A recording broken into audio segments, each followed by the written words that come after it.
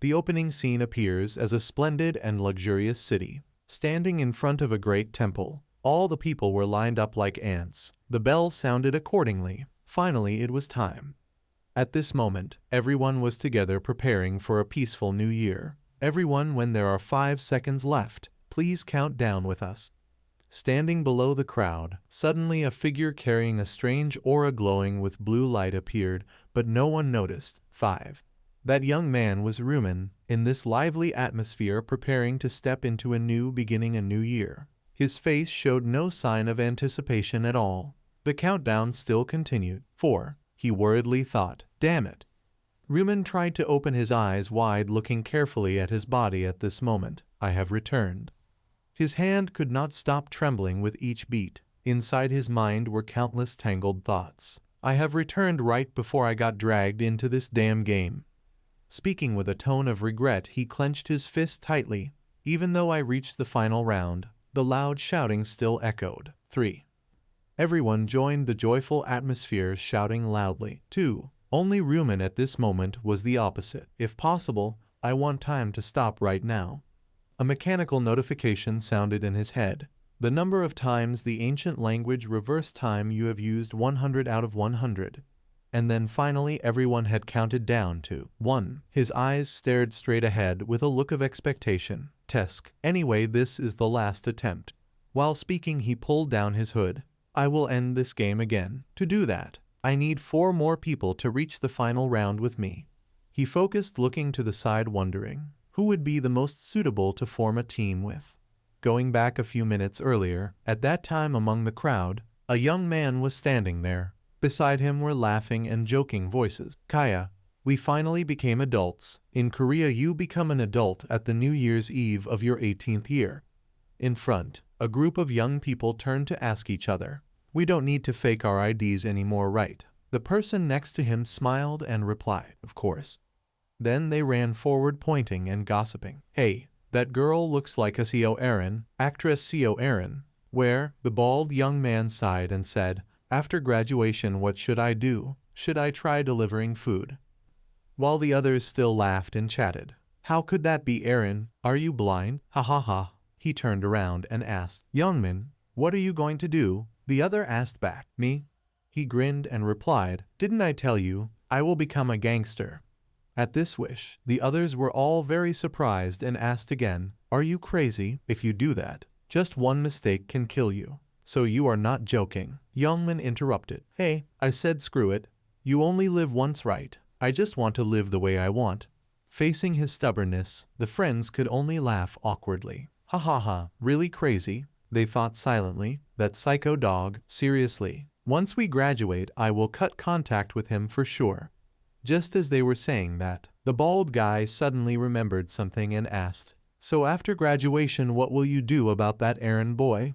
Hearing that, he was startled and said, "Ah, you mean that poor gloomy bastard?" Youngmin thought for a while and then said with a pleased expression, "I can't forgive him just because I graduate." The others chimed in, "Damn, poor guy. He probably thinks everything will end after graduation. This bastard is really cruel." He smirked and added, "He has no right to decide when this ends. I must tease him as much as possible." As soon as he finished speaking, another guy looked to the side and exclaimed, Wait, isn't that your errand boy over there?" Through the dense crowd they saw Rumen standing there, his clothes covering him completely. The New Year's greeting sounded. Finally it was time. Everyone, when there are 5 seconds left, please count down with us. After looking closely, Youngmin also confirmed and answered, "Yeah, that's my errand boy." 5. But as he looked again, a sense of unease suddenly struck him. Around Rumen was a faint mysterious aura that he didn't understand. 4. 3. His expression turned to shock. His eyes widened. That damn bastard. 2. 1. As everyone finished counting down to 1, that was when Rumen reached up and removed his hood. Then, without hesitation, he turned his gaze toward Youngmin's group. Seeing that expression on his face, Youngmin was curious. Today, he seems different somehow. Finally, the moment of the New Year transition arrived. Everyone shouted together, "Happy New Year!" Youngmin, looking very annoyed, was about to rush toward Rumen but was stopped by his friends. "Are you crazy? Why are you staring at him like that? Hey youngman, it's New Year's Eve, let him go. Yeah, you still have plenty of time to bully him. Hearing that, he slowly calmed down though still irritated. Damn bastard, I'll let you off today. After saying that, they stood there laughing and chatting. Finally, I became an adult. Happy New Year, yeah, best wishes. Before they could understand anything, suddenly, a cold voice echoed, humans are really funny. They celebrate the new year without knowing how dangerous their situation is. The group was startled by the voice and exclaimed, what did you just say? I didn't say anything. What? I just heard something.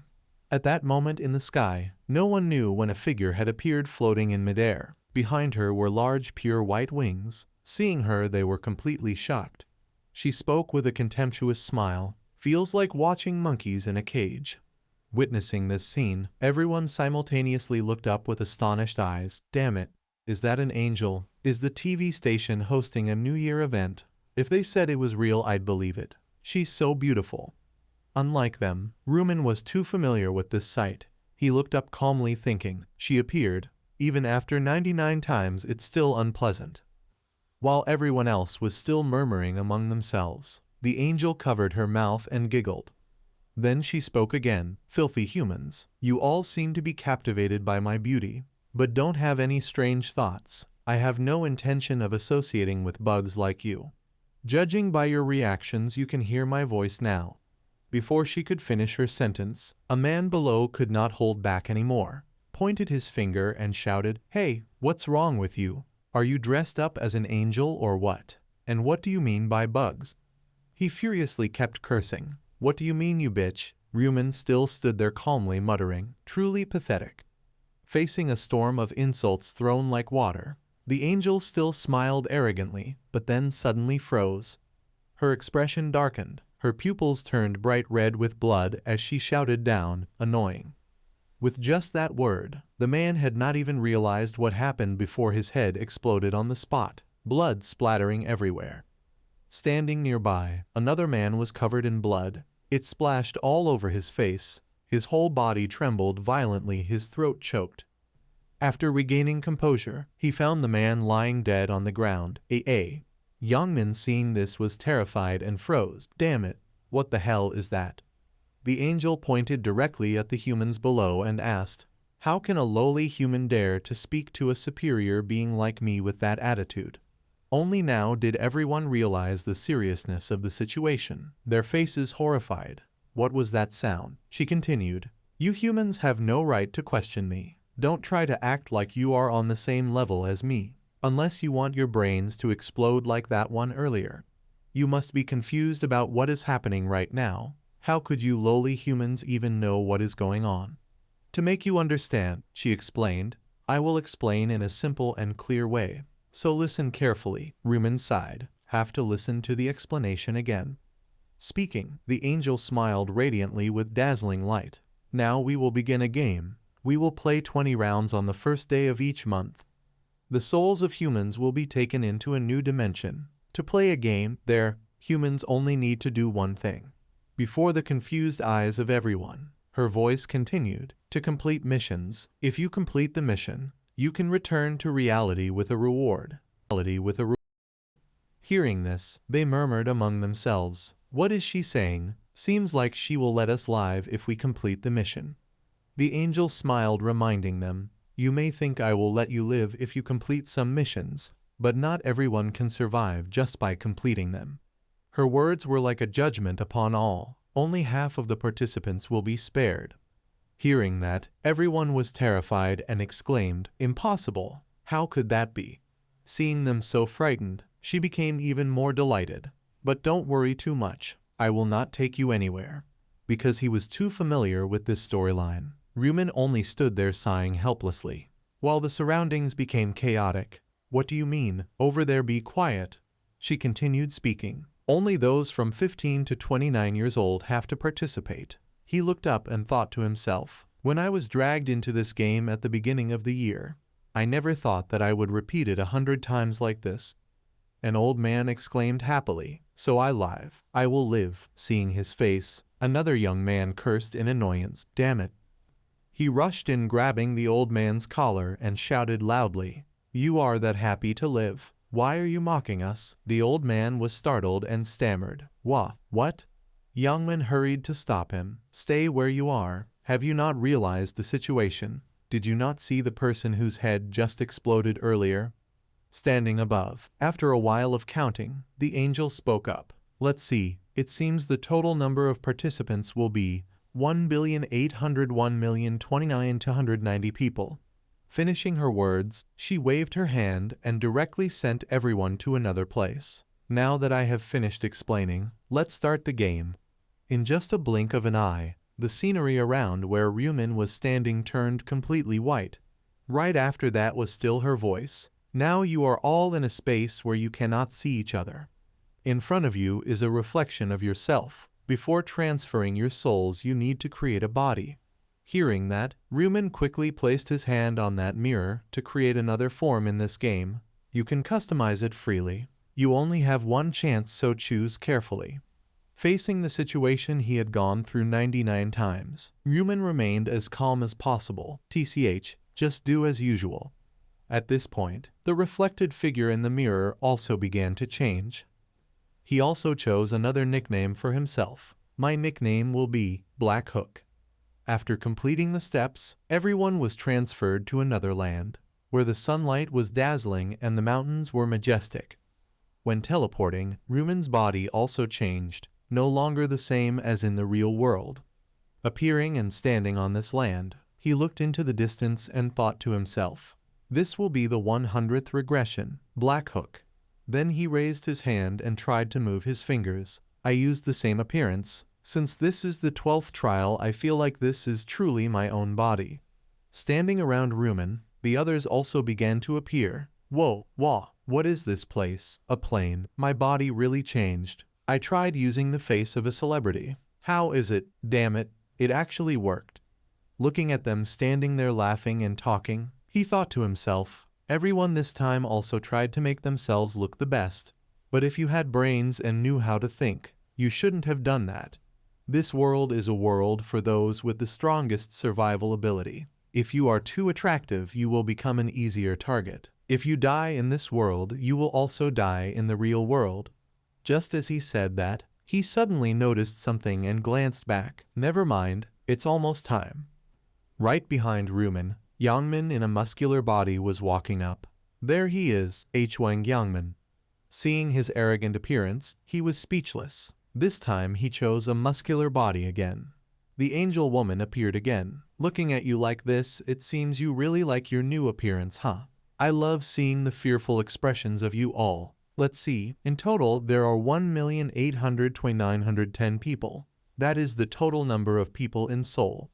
At her words, the crowd looked around blankly and asked, 1.8 million, it doesn't look that many. She laughed out loud and said, truly a bunch of lowly humans. Saying that, she shouted angrily, you think there is only this space? Humans will be divided into different planes with other angels, and carry out the rounds. Focus on yourselves. Before we actually begin, I will explain simply. The angel reminded, first think of the status window in your mind. Everyone immediately thought, status window. Right after that, an information board appeared in front of Ryumin's eyes. Status window, name Ryumin, nickname Black Hook, rank trainee, level 1, occupation none, title none, strength +3, intelligence +3, agility +3, luck +3, stat points none, skills, normal skills, none, special skills, none, ancient language none, additional skills, unlock at level 10, unlock at level 20, unlock at level 40, unlock at level 60, unlock at level 99. He thought tiredly, just looking at it makes me want to sigh. The woman asked again, now have you all looked at your status windows? You will understand how trash you are if you have ever played the game before. Become stronger if you can survive to the end and conquer round 20. As she spoke, she showed a strange smile. Then not only will you be free, but you will also be granted one wish. Hearing that, the crowd became excited and exclaimed, one wish really? Impossible. However, you must be the first to obtain it. The angel reminded further, finally say inventory and look inside. I have prepared a gift. Hearing that, Youngmin also followed and thought the word in his mind, inventory. Appearing inside the system board was a square containing a red stone. He reached in and took it, wondering. A random ancient stone fragment. She explained, as you see, a random ancient stone fragment is an item that can only be used once. You can only use it when at level 1, and that is the only item you are given at the start. You can use it by holding it in your hand and thinking. Use to test what this thing is. Youngman also followed her words. Immediately the stone in his hand shattered into pieces. Seeing this scene, he was very surprised. His eyes widened to the maximum, and he exclaimed, "Oh!" Standing above. The angel was still observing everyone's expressions. Seeing those expressions means you are not happy. Whatever the result, you must accept it, because that is your luck. Done with the ancient mark, now let's begin. Wasting no more time, she raised her hand and snapped loudly. In front of everyone, a notification appeared. Round 1, mission: each person defeats 100 goblins. Safe zone, participants 1,801,029,290. Eliminated more than 900,514,645. Area with X 45-5. Participants 10 and 286. Eliminated more than 5,143. As soon as the words ended, in front of them, a goblin appeared holding a sharp weapon in its hand. Witnessing this scene, the people still thought everything was very simple and asked, "That's a goblin? It really feels like playing a game. Are we actually in a virtual world game? Were we kidnapped unknowingly for an experiment?" But things did not stop there. The angel continued to wave her hand. Right behind them, countless shadows of other goblins appeared. It is still too early to be excited. I have not summoned all the goblins yet.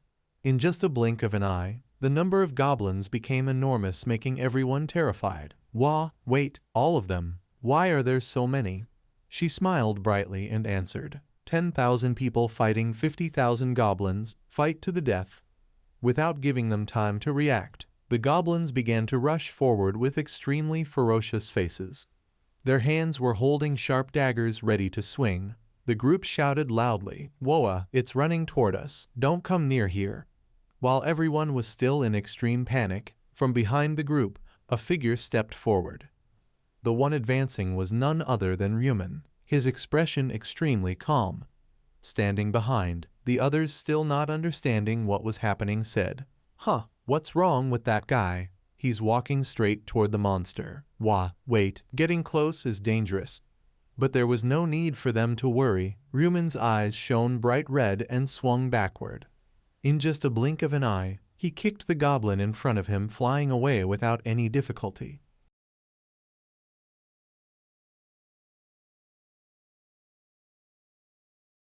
Witnessing the scene of Ryuman being able to kick the goblin away, the group was all shocked with their mouths wide open. Whether in a group or in an organization, the first impression is always extremely important. Because of that reason, he had stepped forward first. I need to carve the impression of myself deep into their minds. The unlucky goblin, after receiving a kick, had its face distorted, its body flying backward. It lay on the ground in pain. The dagger in its hand also fell to one side. Taking that chance, Ryuman stepped forward, picked up the dagger, and thought to himself, "To make those annoying flies not dare to bother me, I need to show strength." Thinking that, he raised his eyes upward, and the most important thing, the direction he was looking was exactly where the angel was. She laughed in amusement. I need to attract her attention. Returning to the battle, seeing that goblin knocked unconscious, the other goblins rushed in all at once. Ryuman gripped the dagger firmly with determination. So it seems I'll have to put some effort into this performance. Not letting them wait long, with a series of slashes he directly sent them to the underworld, blood splattering everywhere. The players were amazed and praised. "Cool, so cool. Did everyone see that? Who is that guy? Is he a special forces soldier or something? Black Hook, huh? Even the nickname sounds cool." The goblins were getting closer and closer. Yet the people began to feel a bit less afraid. These goblins, they are usually the weakest type of monsters in games, right? They tried to reassure themselves. We can probably kill it too, though maybe not as easily as Black Hook. If we fight seriously, it shouldn't be too hard. Before the man could even finish speaking, Suddenly a goblin flashed forward and leaped onto him. While he was still stunned looking back, he realized the dagger in the goblin's hand was already stabbed deep into his abdomen. Just when they had regained some courage, fear once again overwhelmed everyone. Nobody said a word, they all scattered and ran in all directions. Help, help me. Not far away, Rumen was still easily killing goblins. His eyes glanced back, they are coming again. In contrast to him, these people had no combat experience at all. They were being brutally slaughtered by the goblins, corpses lying all over the ground. Inferno. In this situation, no one could mistake this for just a game anymore. Now there was only one thought in their minds. The girls' eyes carried horrifying fear, survival. The instinct for survival inside them surged violently, dominating their minds, and then they all ran for their lives. Rumen recalled and thought, I also once chose that method the first time. Only after the second time did he realize that running away in this vast empty plain was impossible. At the moment the girl was still desperately running, thinking she could escape. She suddenly hit an invisible wall standing in her way. That layer was the protective barrier. No one could escape outside. What is this?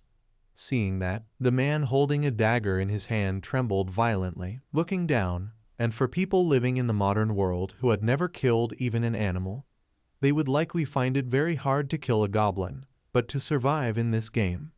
Because of that hesitation, the goblin seized the opportunity. Its eye sockets glowed brightly. It began to rise up, grabbed the dagger with the other hand and thrust straight at the unfortunate man. Then I must overcome that fear. Everywhere bodies were lying scattered, along with screams echoing, help, help me. The angel stood watching and burst into loud laughter. Ha ha ha. The battle between humans and goblins is truly interesting. Even though they are only the size of small children, if there is no resistance at all, they can kill you barehanded, not to mention with daggers. Saying that, she glanced at another place. However, the place she was looking at was exactly where Rumen was, his expression cold as ice. What exactly is that human? To make sure, she looked at the information board in front of her, but it only showed Black Hook, mission progress, defeated goblin 70 of 100, she said. Black Hook, huh? The more she thought, the more irritated she became. Damn system. Except for mission progress, all player information is hidden. But now this no longer matters. Well, whatever. Having to guide these inferior humans truly hurts my dignity. But it seems there are still a few quite remarkable ones, so I'll stay to enjoy a bit longer. Just like that, Rumen frantically swung his dagger, slashing straight at the goblin in front of him. System notification. You have defeated a goblin. Experience plus 4%. Gold plus 10. You have leveled up. Mission progress. Defeated goblins 75 of 100. Required action to complete the mission. Defeated goblins 25 of 100. Just as he saw that, suddenly a dagger flew straight toward his face. Luckily, he leaned back in time to dodge. Right beside him, countless goblins were charging at incredible speed. But they were no threat to Rumen. His body moved like lightning, instantly piercing through 4 of them in a blink. Not stopping there, he continued to grip the dagger and spun it in his palm. The direction the dagger aimed was exactly toward the goblin standing terrified in front of him. Receiving that strike, the goblin could not react. It could only take the blow and die on the spot. Streams of its green blood splashed everywhere, covering Rumen's face, but unable to hide the bright red pupils shining fiercely in his eyes. Any more of you left? Hearing that voice, the goblins trembled in fear and retreated backward, not daring to move another step. Finally, Rumen could rest. He wiped the blood off his face and let out a light sigh. Looks like I can take a breather now. Finishing that, right before his eyes the information board appeared. Status window. Name Rumen. Nickname Black Hook. Rank trainee. Level 4. Occupation none. Title none. Stats. Strength plus 3. Intelligence plus 3. Agility plus 3. Luck plus 3. Stat point 6. Skills. Normal skills none. Special skills none. Ancient language none. Additional skills. Unlock at level 10. Unlock at level 20. Unlock at level 40. Unlock at level 60. Unlock at level 99. Seeing that, he thought to himself, I have reached level 4 already. Each time you level up, you will get 2 more stat points. Put all stat points into agility. As soon as he clicked, Rumen's agility points immediately increased by 9. Besides increasing agility dodge rate, it also increased attack speed and movement speed. In the early stage of the game, agility is the most important stat. He waved the dagger in his hand and told himself, with progress this fast, maybe I have already attracted the attention of the angel. Now let's finish everything. After saying that, he threw the dagger straight and killed a goblin on the spot. Then Rumen pointed directly at them and spoke, "Come here." But facing him, they did not dare to move and just stood still, their eyes wary. Seeing that they did not move, he sighed and made a decision. Not daring, huh? Without wasting any more time, his figure disappeared from the old position. Right after that, Rumen was sitting in the position of that goblin, pulling out the dagger. "Then let me come to you." Witnessing this scene, a goblin with red glowing eyes turned its head back. But before it could react, a slash was swung directly, tearing their bodies into 2 halves. System notification. Experience 4%. Gold 10. You have leveled up. Goblin hunting mission. Goblin 100 out of 100. Round 1 completed. When that notification sounded, a circle of light appeared surrounding Rumen. He stood there looking outside and thought, so round 1 is done. After defeating these goblins, I surely have gained the angel's attention.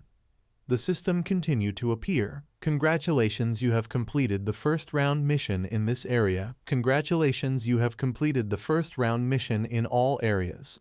This was all within Rumen's expectations. He smiled and said, I have reached rank 1. The higher the completion rank, the better the rewards. The top 3 ranks have the best rewards. Separate rewards for this area and all areas. Congratulations, you have completed the first round mission in this area. You will receive 1 optional weapon. And the reward for all areas is, the reward I receive is probably the most compared to everyone else. System notification. Congratulations, you have completed the first round mission in all areas. You will receive 1 treasure chest. Without a bit of hesitation, he raised his hand and clicked on the first optional weapon card. Choose weapon from the area reward first. A list of weapons appeared with various types. You can choose one of the following weapons.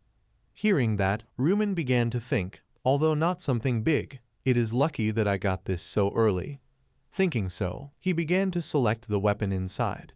The information of the weapon appeared. Received short sword, weapon category, rare grade, attack 15, agility effect plus 1.15, durability 150 out of 150, equipment limit, novice grade or higher, description, the best dagger that a novice can use. After obtaining the new weapon, he directly threw away the crappy dagger. Throw this trash away already. Now I will temporarily keep the selection chest obtained through the special reward. Contrary to Rumen's area, outside the group was still frantically fighting against the fierce goblins. He softly called, "Status window." His eyes focused, hand touching his chin, thinking, now that I think about it. On the status board there was a line of words, "Last Journey Traveler," Rumen thought. The title that I got before. This is something I have never seen in the 99 regressions before. He recalled the moment before the game started. At that time everyone received a reward, and he was the same as the others using it. As soon as the words finished, the stone in his hand shattered into pieces. System notification. You have used random ancient fragment. Congratulations. You have received ancient rune time reversal. The system further explained, the obtained ancient rune will automatically engrave into the player's body. The trace of this rune now exists within the player's soul. Due to the special attribute of the rune, the engraving failed. Hearing that, Rumen was not too surprised. The result is obvious. If I could engrave it 1 more time, it would mean that I could regress infinitely. Suddenly another new notification appeared. Based on the trace of the ancient rune within the soul, you have been recorded as time traveler with 100 journeys. Received the title Last Journey Traveler. The expression on his face was full of confusion. His eyes widened as he exclaimed, "What? In this game, titles are something even greater than ancient runes. They are much stronger than runes, and also much harder to obtain. The title Last Journey Traveler. Unlock condition. Obtain 100-time reversal runes. Effect: after death will maintain the soul state at that location for 1 minute. If desired, you will be resurrected with full health and energy restored. Used once, this title will disappear after resurrection. Moreover, resurrection is an exclusive skill belonging to priests, and even that skill only restores 30% of maximum health after resurrection. The more he thought about it, the happier Ryuman became. To think that this title actually allows me to revive with full health. It seems I just got myself an incredible title. Having that card is always a good thing. Thinking that, he reached out and tapped the notification board. Title Last Journey Traveler. Public stats, public or private. The title will not display under the ID when set to private. The effects still apply. With nothing left to do, Ryuman stretched comfortably and glanced around. Probably the others have finished their missions too. I wonder about Youngman. After searching for a while, he finally spotted his whereabouts. He was hiding behind someone else and still alive and safe. Oh, there he is. The corner of his mouth twitched into a smile as he thought, looks like he survived. Very quickly the other players also completed their missions. Many protective light pillars appeared. The angel had been watching since earlier. A smile curled at her lips as she spoke. No wonder it's getting more and more boring. Looking at the people fighting desperately, some even losing loved ones, she still did not care in the slightest. Pitiable humans. You will gradually be eliminated to match the remaining number of goblins. Sorry, that's my fault. After saying that, the angel spread her large wings and shouted, "Stir things up again." Hearing that, the woman who had lost her loved one went pale and looked up stammering, "Stir up." Before the woman could understand anything, her husband's body slowly began to dissolve. Not only that, other corpses also quickly vanished. They shouted in astonishment, "The bodies are dissolving. What is happening?" As soon as the words finished, a pillar of golden light appeared before them, bringing with it a vast number of goblins. The goblins seemed to go mad, drooling, their red eyes shining, daggers in hand charging forward. Seeing that, the players recoiled in terror and cursed, "Damn it." The more she saw their fearful expressions, the more excited the angel became and laughed loudly. "I have given you another 50,000 lives. You surely have more than enough strength to slaughter now." With no other choice, all remaining players had to risk their lives to survive. Kill. The next scene was utterly tragic, a fight to the death. Some were hunted by goblins and could not resist. Alongside them were people with fierce will who refused to give up and tried to rise. The system board displayed a notification, "Mission requirement completed. 121 out of 5 and 143. Not far away, Youngman was also desperately fighting for his life, but his methods were shameless. Beside him, another player gripped a goblin's neck, making its body tremble violently. The system appeared, "Mission requirement completed. 2120 out of 5 and 143. Inside the protective circle of light, Ryuman sat there with his eyes half closed, resting after the tiring battle. A man with bloodied hands placed them on the protective ring and looked outward. Right in front of him, a goblin was using a dagger to kill someone. The number of goblins killed kept increasing. Mission requirement completed. 3,532 out of 5 at 143. Ryuman's eyes slowly opened to look at the angel's delighted expression. After some more time, finally it was over. Many light pillars signaling mission completion shot up into the sky. Mission requirement completed. 5 and 143 out of 5 and 143. The players who were still busy slaughtering goblins suddenly realized, the goblins have disappeared. The goblins are gone. Where did they go? Not giving them time to wonder, the angel spoke. Only half completed the mission. Now the work is done. Mission requirement completed. 5 on 143 out of 5 e 143. She went on. The others will have to die. After all, this is the rule of the game. Facing this statement, the players who did not complete the mission began to slowly dissolve and hurriedly begged. Am I dead? Wait, Angel. I only had to kill one more, please. No. Hearing their pitiful cries, the players who had completed the mission could only watch in horror. eyes wide open and unable to do anything. Seeing their twisted expressions, the angel smiled and asked, "Why the long faces? Shouldn't you be happy to be alive? It's okay, you survived. You can return now. Congratulations on passing the first stage. Hope you try harder next time." Now announcing the rankings before you leave. As soon as she finished speaking, the results appeared. Overall region results for round 1. First place, Black Hook, level 5, 10 minutes 2 seconds. Second place, The Fools, level 5, 16 minutes 15 seconds. Third place, Demon of Heaven, level 5, 17 minutes 7 seconds. Current area. First place, Black Hook, level 5, 10 minutes 2 seconds. Second place, Life is a Film, level 5, 23 minutes 55 seconds. Third place, Black Dragon in Hand, level 5, 24 minutes 43 seconds. Black Hook stands first in the whole region and the current area. Rewards. Ranking rewards. Rare weapon voucher. Lowest tier given. Special optional reward chest given. Mission completion reward 1000 gold not yet given. You will receive mission completion reward in a few minutes. You have received 1000 gold for completing the mission. Congratulations. You can use the gold to buy items at the feature shop. Purchasing equipment will unlock when you reach level 10. Hearing this, suddenly Rumen felt a mass of eyes staring at him. He grinned inwardly and thought, "Surely everyone knows I got first place." At that moment the angel looked toward him and asked, "Unexpectedly, the number 1 spot in the whole region lies in my domain. Unbelievable. Black Hook, is that you? Answer me." Rumen raised his head and looked up to reply, "Go ahead, speak." She was truly curious and asked, "How are you so strong? Did you obtain a special rune or something?"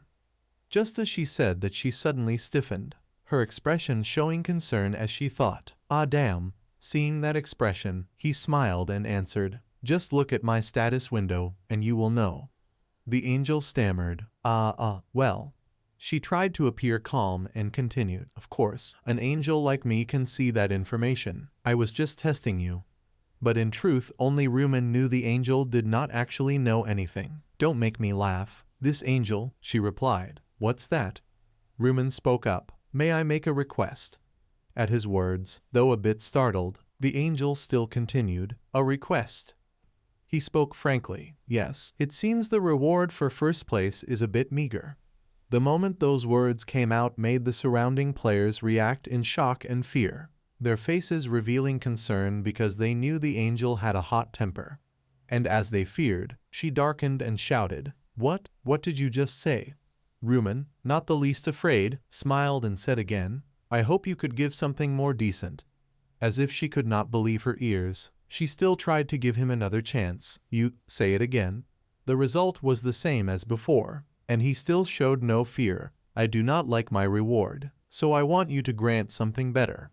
The air immediately fell into silence, stifling to the point of suffocation. The angel seemed to go mad, her pupils glaring. She said in a gloomy tone, "An ordinary human dares to make demands of me.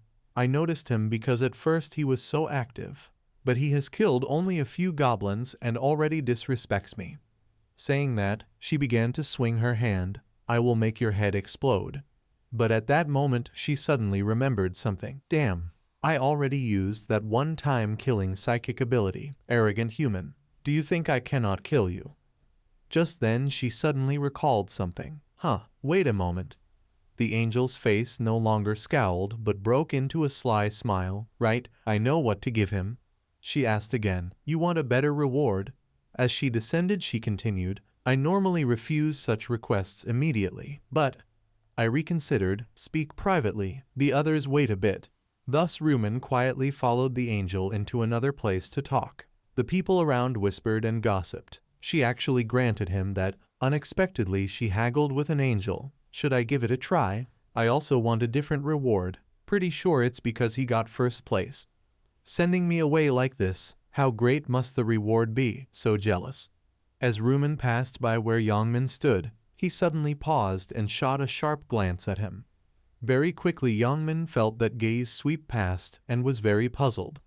Rumen continued walking, the corner of his mouth curling into a calculating smile. After a while, inside a forest, The angel walked ahead and Rumen followed leisurely behind. Having gone a considerable distance, she stopped, turned back and asked, "Why not come closer? Are you going to make me keep turning around? Walk beside me," he replied. "Ah, yes." Her face showed great displeasure as she thought, "Foolish humans, you only follow when ordered, a species not obedient but too greedy.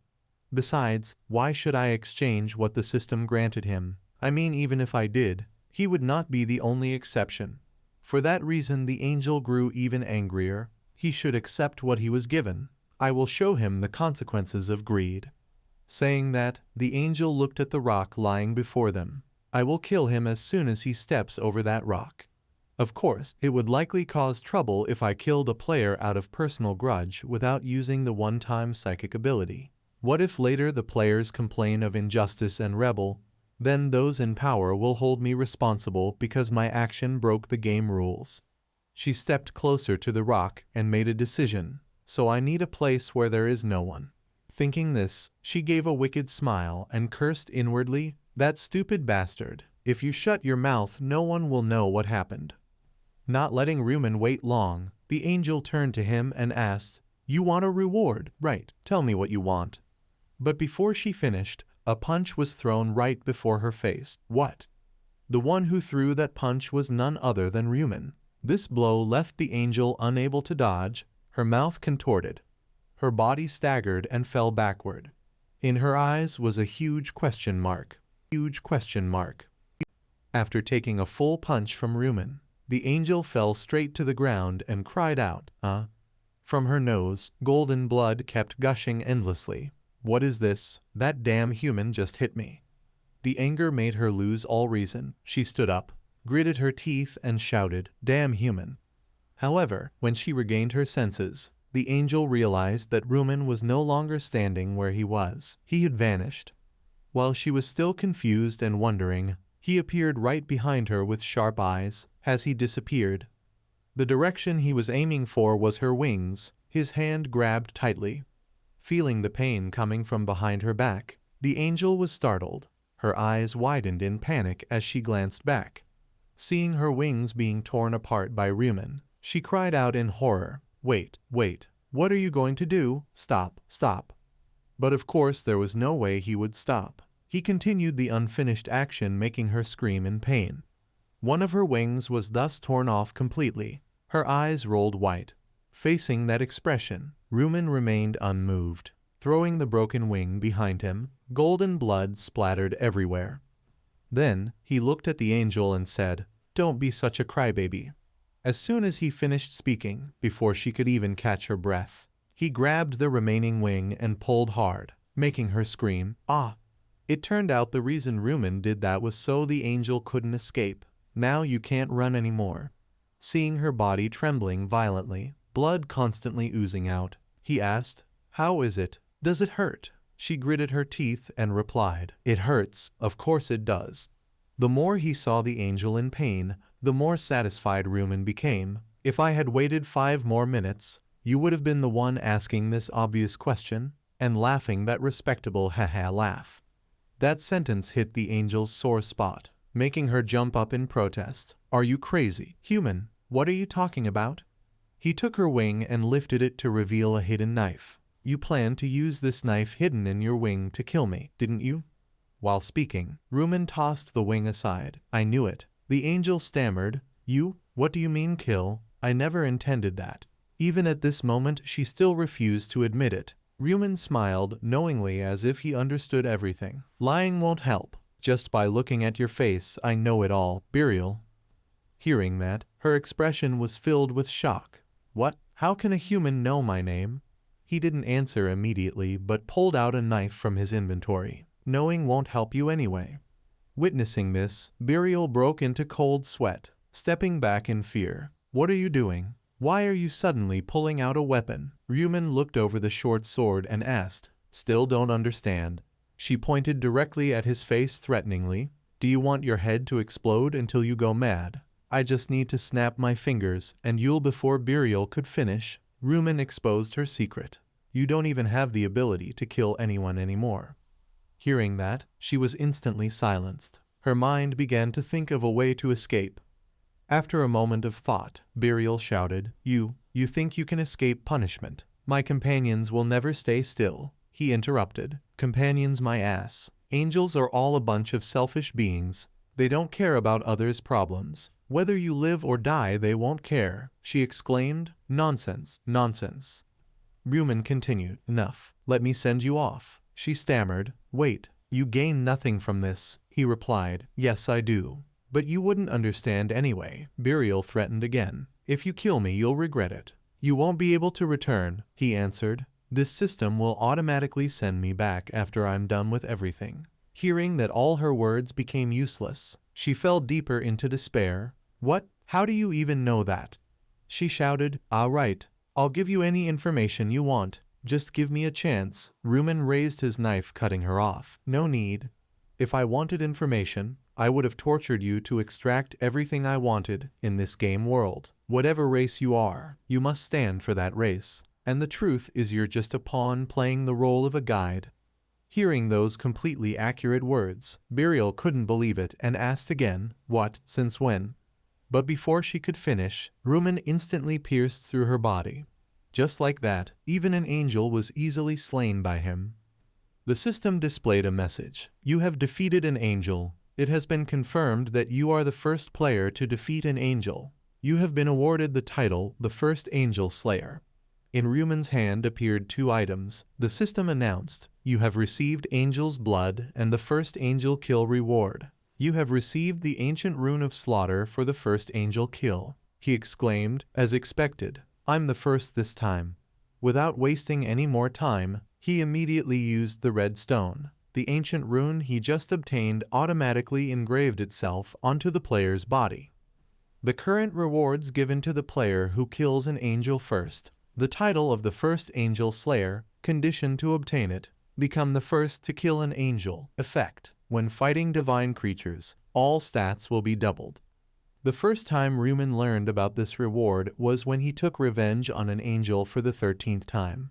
Probably because this reward is limited to only 1 player. Each reward could be compared to a jackpot item. An information panel appeared. Ancient Rune of Slaughter. Effect. Every time you kill a target, all stats increase by 1%, up to a maximum of 100%, lasting until the related round ends. Rumen smiled to himself. If the angels find out I've obtained an ancient rune, they'll be really surprised.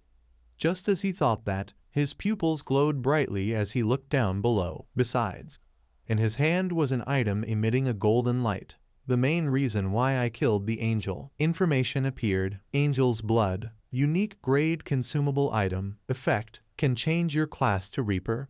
Usable from level 10 and above. Explanation. Item reward for the first player who kills an angel. Only the first player to kill an angel has the right to change their class into the angel's natural enemy, the Reaper.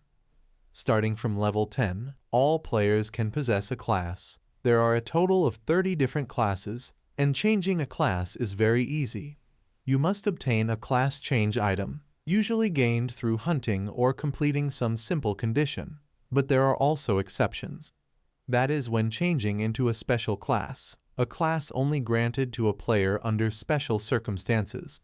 And of course, these special classes exist on a completely different level compared to normal ones, with bonus stats, rune level ups, skill systems, and so on, all nearly perfect. Speaking of that, Rumen opened his inventory and tapped inside. Come to think of it, I returned before finishing the first round.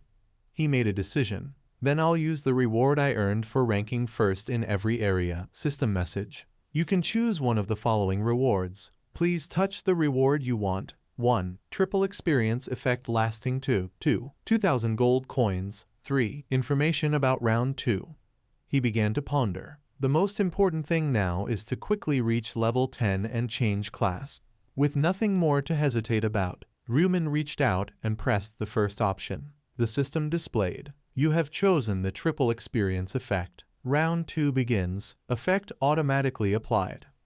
As soon as the message ended, Burial's body on the ground gradually dissolved. This is the last time, so I have no other choice.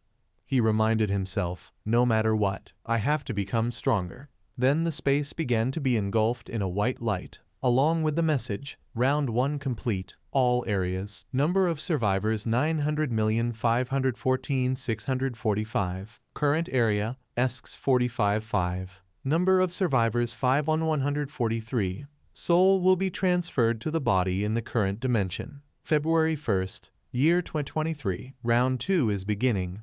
We will meet you again in the next round. Congratulations on surviving. Returning to the present world, Youngman suddenly sat up with a terrified expression and exclaimed, When he looked around carefully, he realized he had returned to Earth. This is the New Year's bell. In his mind, he was confused, wondering what is going on. Others were also lying on the ground, slowly sitting up. I just fainted, right? I just had a super realistic dream. My head hurts like it's splitting apart. Youngmin thought to himself, everyone collapsed just like me. That dream I just had was so strange. Then he took out his phone from his pocket and saw that it was 5:20. 5:20, time here passed the same as in my dream. His close friends had also woken up, holding their aching heads. Oh, my head, my arms and legs are sore. Youngmin looked toward one of them and asked, You guys awake yet? The other replied, Youngmin, did I just pass out? He answered, Yeah, not only you, everyone here did. They all exchanged surprised looks. We fell asleep for a bit. What happened? I was just about to say I dreamed a really weird dream. Yeah, same here. Youngman, did you dream too? He replied, Yeah, but... As he spoke, he looked around suspiciously, searching for any sign of Rumen. I don't think that was just a dream. People murmured, Are we back? Back from that hell? I'm alive. I'm alive. What? But surely there was a monster that... my head. While everyone was still talking to each other, Youngmin noticed something. So all of that was real. The monsters. And the first round too. Everything. Really? Then next month, will we be transported there again? Damn it. Youngman's eyes grew doubtful as he lightly kicked the unmoving body beside him and asked, Hey, why isn't this guy waking up? The others also walked over. I'm wondering the same thing. Hey Kim Taeshik, wake up. As he spoke, he reached out and pulled his friend's body up. Hey, wake up. And then, when he looked closely, he was horrified to find that his friend's face had turned pale purple, completely lifeless. To confirm it, he even placed his hand gently on the face and muttered, Impossible. There was no longer any doubt. His arm trembled violently, feeling like his heart would stop on the spot. Then he said, Damn it, he's not breathing anymore. I can't feel his pulse either.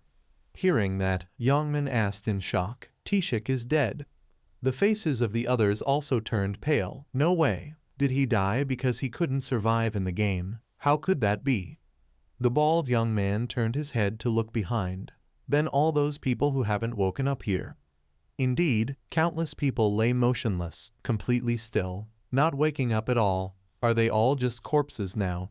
At this moment, they finally realized that what had just happened wasn't a dream, but completely real. Unbelievable, only half survived. Will the next round be like this too?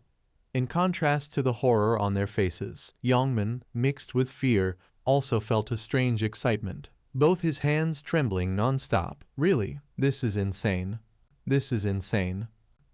Youngman excitedly thought to himself, doesn't this mean that even if they were born at the same starting line, everyone still has to live equally, right? Now there's no need to cry that life is unfair anymore. Thinking of this, he looked toward his friend sitting on the ground trembling and tried to comfort him. Calm down, these bastards. Now we just need to survive. Why are you so panicked? The man shouted. It's so unfair, having to die without even a chance to try. Youngman asked. Not just us. Everyone else is caught in this situation too. What's there to complain about unfairness? Hearing those words, the bald man was speechless and thought helplessly. This crazy bastard. He sighed and said, Damn it, you've simply lived your whole life like a thug until now. So of course you don't feel like you're losing anything. Even if you die here, I'm different. I still have many things I want to do. Before he could finish his sentence, he noticed Youngman turning his head looking for something. What are you looking for? He replied. I don't see that bastard anywhere. The man asked in surprise. Who? The errand boy of yours? Recalling the moment when Rumen glanced at him, he thought, Where did that damn brat go? I'm pretty sure I saw him over there before I passed out. Could it be that he didn't even make it through the first round and died in some corner?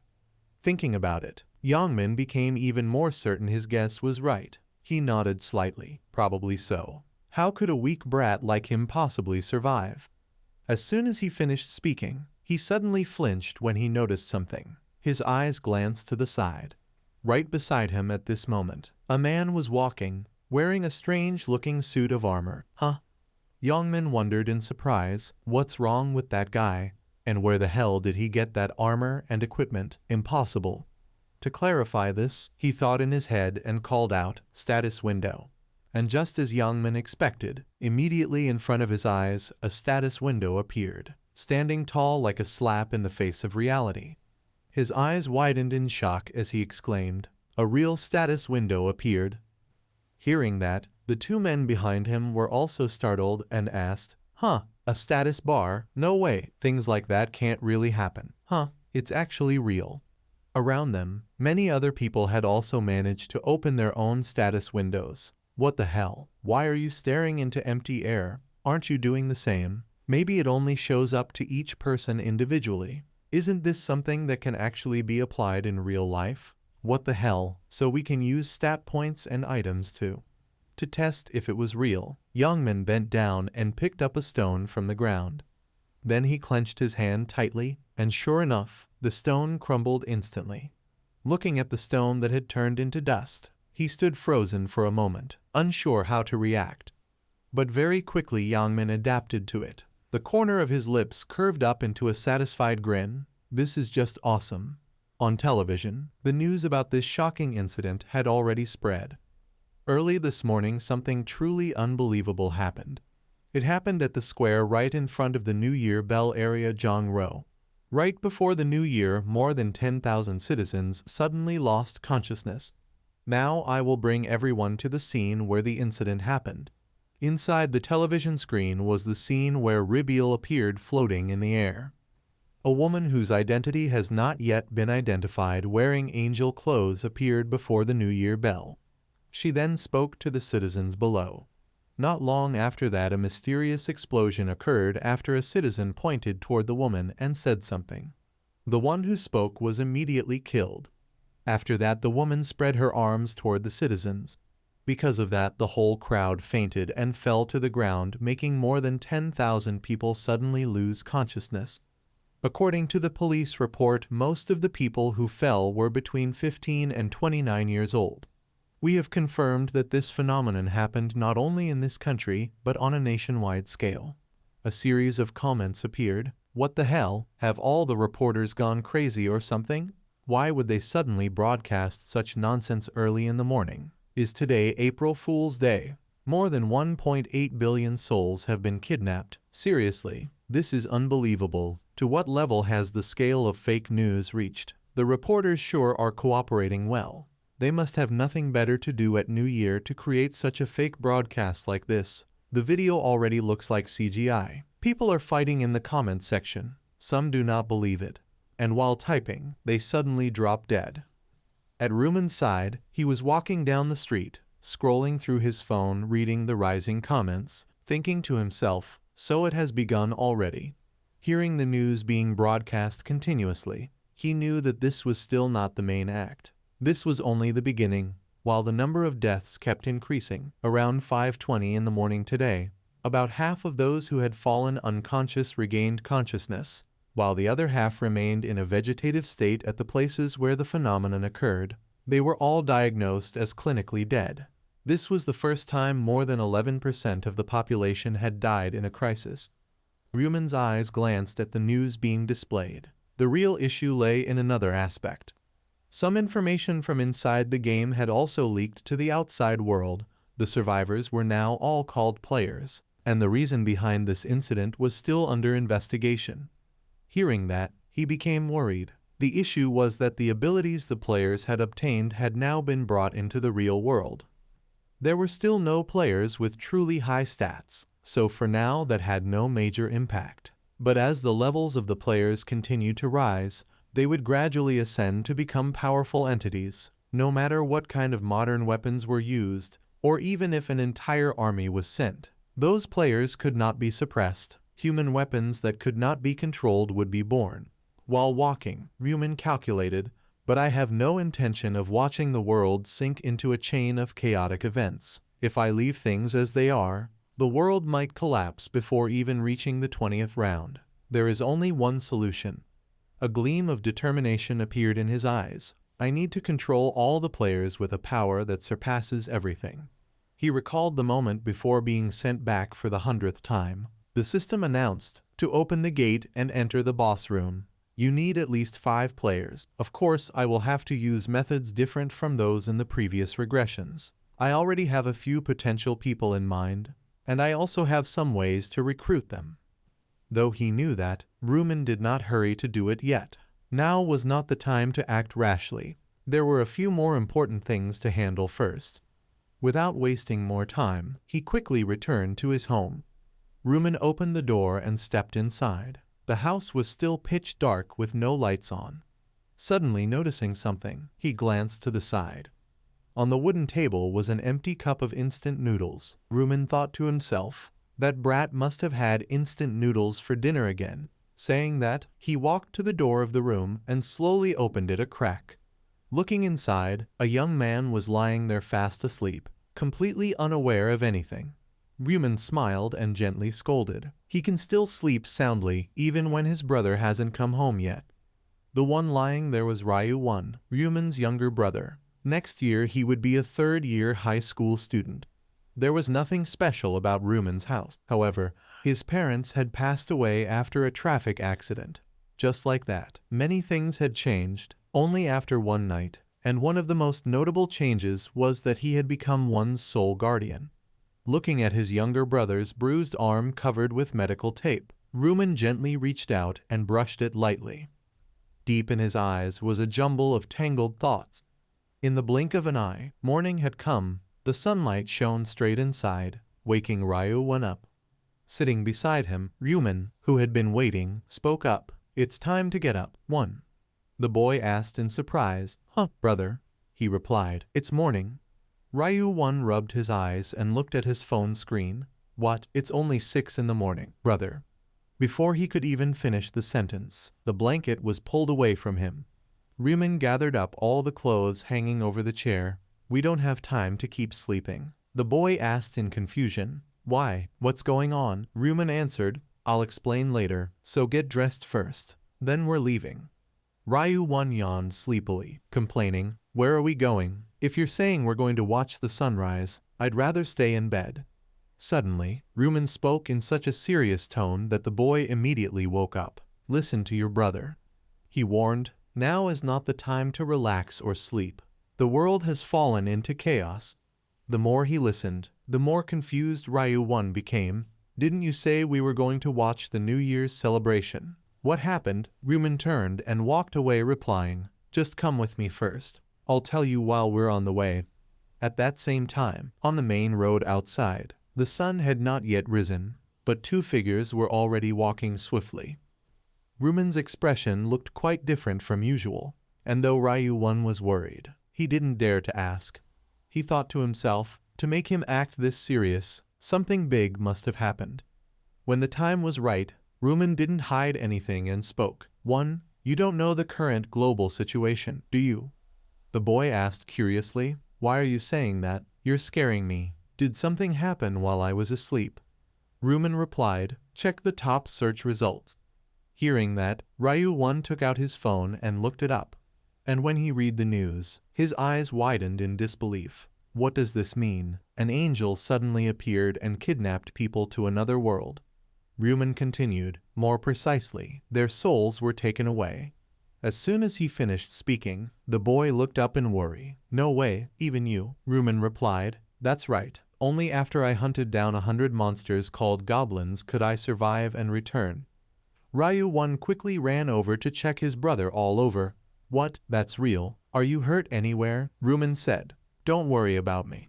But by then the boy had completely lost his composure. How could I not worry? In his mind appeared the image of their parents' funeral. So this is family. Back then Ryu-1 was still a child, and it was Ryuman who had to take care of everything. You're the only family I have left, brother. While he was crying, tears and snot streaming down his face, he suddenly froze. The direction he was looking at was Rumen standing there firmly without shedding a single tear. Of course, he knew that to fill the void left by their parents, his brother needed an unshakable mental strength. But having a strong mind and killing 100 monsters were two completely different things. He must have a weak side too. Just as he thought that, Rumen suddenly spoke, startling him. I know what you're thinking. Huh. As he spoke, he smiled and added, they have a system with stats just like in a game, so my physical skills don't really matter much, so you don't need to worry.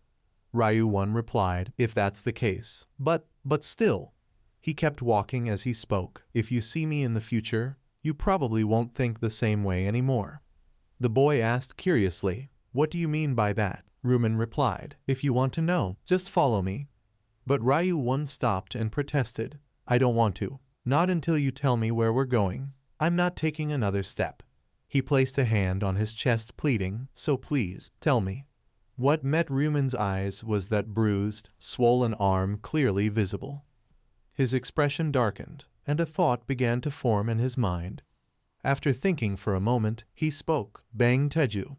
Rumen glanced at his brother and continued, we're going to the stronghold of Bang Teju, the thug who's been bullying you. Before leaving, he asked one more question, is Bang Teju threatening you? Hearing this question, Ryu-1 flinched and stammered in reply. Brother, how could you? He blurted out anxiously. Have you known everything already? Rumen answered, why would you think I do not know? Seeing that everything had been exposed, Ryu-1 grew extremely worried. His lips pressed tight, but I did not want you to see it. He has already had a hard time. The more he saw his younger brother's frightened appearance, the more Rumen blamed himself. 1. I am sorry. He recalled that in previous times he had truly paid little attention to what Ryu-1 had gone through. In truth, he had not known. Going back to that time, he only learned the truth a few hours after returning from the first round.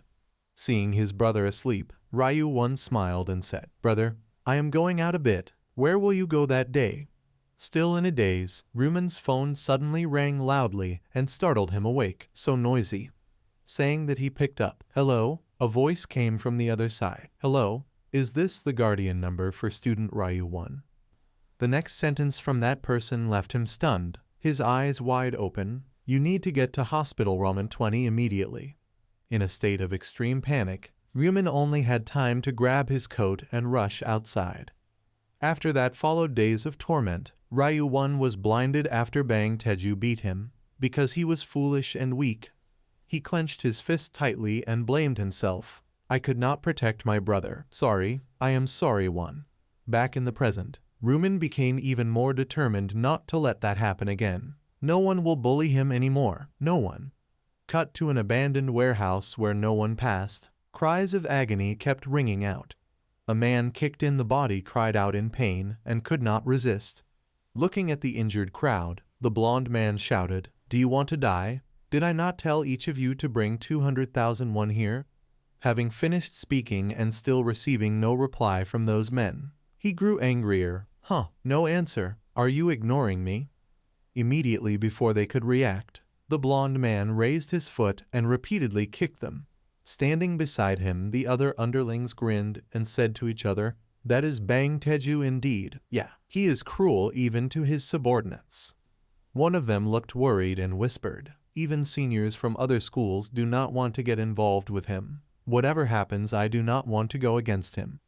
After a while of beating them to his satisfaction, Bang Teju finally stopped and stepped toward the crowd cursing, Damn, I planned to buy a car today. These useless idiots ruined my business. He looked at the others and asked, Hey, do you know any place to make money? An underling startled and replied, A place where to make money. They began racking their brains to think. Bang Teju urged, Yeah, think faster. After a moment, the ringleader finally came up with a place. His eyes opened wide as he shouted, Ah! He ran forward and said, There is a guy, the errand boy who works for you. Teju, the tall short-haired guy, why do you not call him? At this remark from the underling, Bang Teju smiled evilly and added, "Ah, Ryu-1, that guy, I planned to call him today. I intended to beat him to celebrate the new year." The underlings brightened with excitement. "Then we can take money from him." "Yeah, that sounds good." Before they could finish speaking, Bang Teju interrupted. "Hey, that guy actually has no home?" The ringleader asked blankly. "What?" The corner of his mouth curled as he continued. "He cannot bring any money out, even if I kill him. What home does he have left?" Hearing this, the underlings lost all interest. "Ah, really? And that guy has no relatives anymore?" While they were talking, Bang Teju suddenly noticed something. His gaze fixed straight to the back. "He lives with his older brother." Seeing him speaking and suddenly freezing in place, the underlings looked puzzled at each other. "Huh, what is it? What happened?" It turned out that right outside the warehouse door, Ryumin and Ryu-1 had appeared standing there motionless. Bang Teju laughed excitedly and said, "Huh, isn't that Ryu-1? Damn it, suddenly scares me." Wasting no more time, he started to move forward and said, "Speaking of Cow, no, you are not Cow, you are just a dog."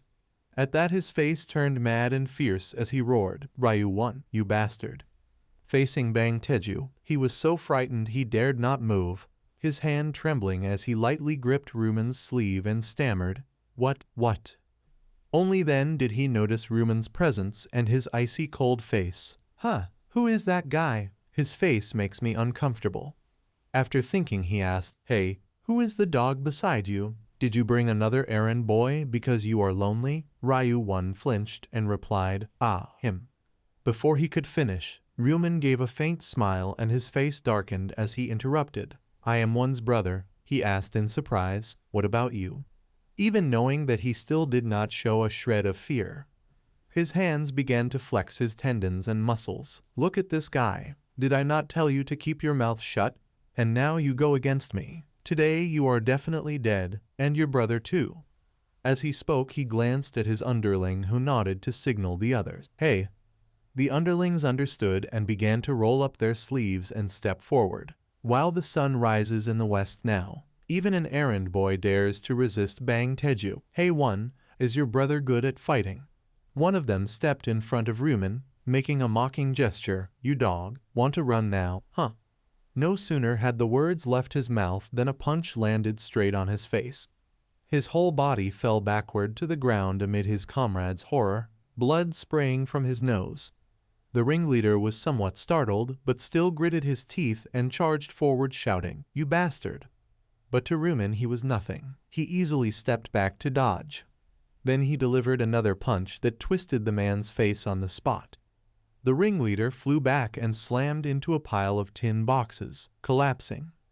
Yet they still did not stop. Two others rushed in shouting, "You dog, how dare you, die!" The same result as before. In the blink of an eye, Ryumin unleashed 2 consecutive punches to their faces so fast they could not defend themselves.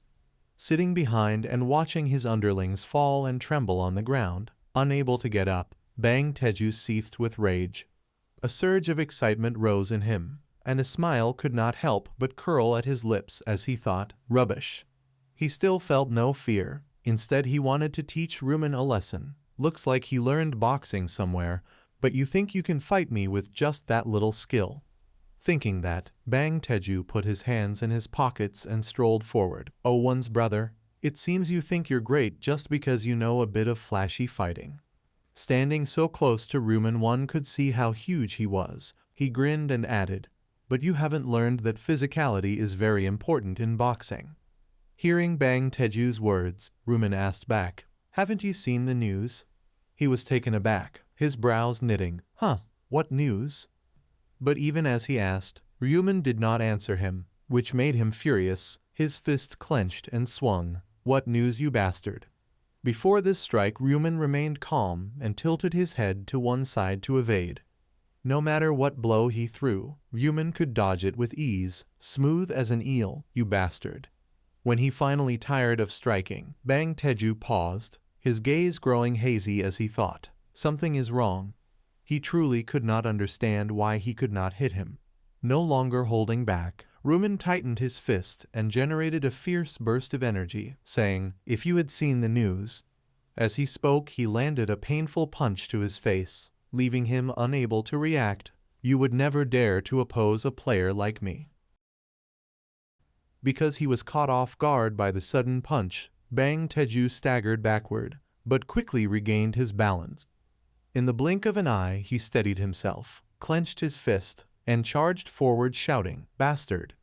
Yet as soon as he looked up, he realized Rumen was no longer standing in the same spot. "Huh, where did you run off to?" Suddenly Bang Teju sensed a murderous aura surging from behind him. His hair stood on end as he turned his eyes backward and exclaimed, "Impossible." Before he could even finish speaking, Rumen landed another solid punch to his face, blood spurting from his mouth. His body reeled as he grabbed his face in pain, unable to believe what had just happened. You dare hit me." When he lowered his hand, he was horrified to discover that one of his teeth had been knocked out. His anger reached its peak, his head burning and his eyes bulging as he screamed, "I'll kill you." With that, he clenched his fist and swung it straight toward Rumen's face, but Rumen easily dodged it. Die. Before he could pull his hand back, Rumen seized his wrist and yanked it downward, then unleashed a series of punches directly to his face and nowhere else. Taking those blows to the head and face, Bang Teju grew dizzy, his body staggering as he groaned, "Ugh." His face was now swollen like a pig's head, unable to land a single hit in return. "Damn it. He keeps aiming for my face." He panted heavily, staring at Rumen, who stood there sneering at him. "This bastard. If I could just land one punch." The fire in Bang Teju's chest flared up, driving him to fight back. He rushed in thinking, just one punch. But before he could make it, Rumen's kick was faster than his strike. "Please." The kick slammed into his throat, silencing him completely. His large body flew backward and crashed hard into the wall. Watching Bang Teju trembling on the ground, Rumen approached calmly and called out softly, "Bang Teju."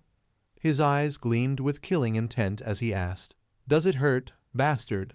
In Rumen's mind, the image of Ryu 1 being beaten so miserably kept replaying again and again. "No matter how many times I revive, I'll never forget that feeling." And of course, he already had a way to end this once and for all, to make sure that hell never repeated. Seeing Rumen walking closer, Bang Teju panicked and scrambled backward. Don't come near me."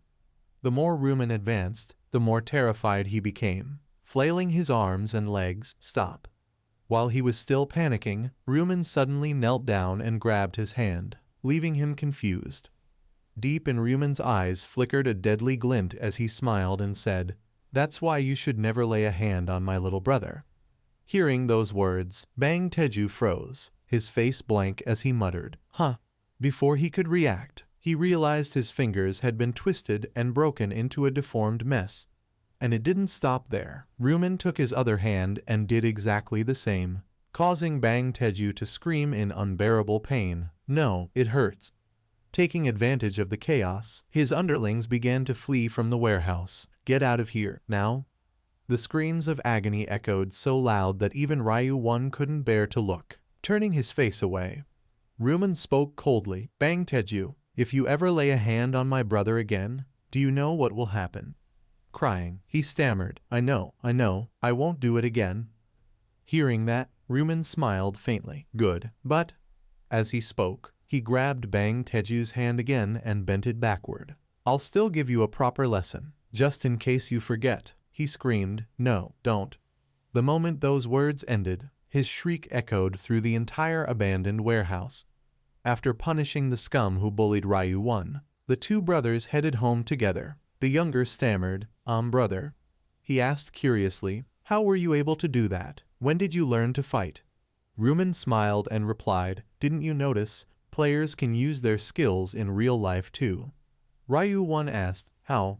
To help his brother understand, Rumen took out an item from his inventory. A golden light radiated brightly around it, like this. In an instant, a short sword appeared in his hand, making Ryu 1 even more amazed. His eyes sparkled as he pointed at it. A knife appeared out of thin air. Rumen asked, "Cool, right? You can also summon weapons you've received like this." Then Ryu-1 remembered the fight earlier. So when you moved so fast back there, it was like that too. That guy couldn't land a single hit. Ryuman explained. That's right, my agility stat is 11. Ryu-1 asked in surprise. Stat? You mean like game stats? He replied. Yeah, a normal person has 3 points. A professional athlete might reach 10 in agility. One question after another popped up in Ryu-1's head. What happens when you level up? Ryuman shrugged. How should I know? I haven't reached that point yet. Though he said that, in truth he already knew everything, but decided not to reveal it. I have to lie. I won't tell him I'm a regressor. The last time I did during the 11th regression, one was kidnapped by another player. Even though I avenged him, I don't ever want him to suffer that humiliation again because of me. Thinking that, Ryuman turned to look at his poor little brother, silently resolving. I must prepare to protect him, and for the battles to come, I must. Then he asked, Want to eat? You're hungry, right? Ryu-1 nodded. Yes. A while later, in a nearby supermarket, the two brothers decided to buy food. Seeing his brother walk straight to the ATM, Ryu-1 asked in surprise, Where are you going? The instant noodles are over here. He replied, Yeah, wait a bit. After saying that, he inserted the savings card he had been keeping for so long into the machine. Ryuman stared thoughtfully. This is the money I've saved up until now. The screen displayed an amount of 133,201, and he decided to withdraw it all. Seeing his brother holding so much cash, Ryu-1 asked, Why are you taking out so much money? Ryuman smiled. I need to buy some things. Then he went to the food counter with meat and other dishes. From now on we'll eat this, Ryu-1 exclaimed. This stuff. His face showed obvious worry as he saw the prices. Brother, everything here is at least 5,001. Ryuman cut him off. It's fine. Get whatever you want. He smiled and added, It's New Year. Are you just going to eat ramen? He stammered. I know, but that's expensive. Ryuman reassured. It's fine. Pick something. Hearing that, Ryu-1 no longer refused and chose what he liked.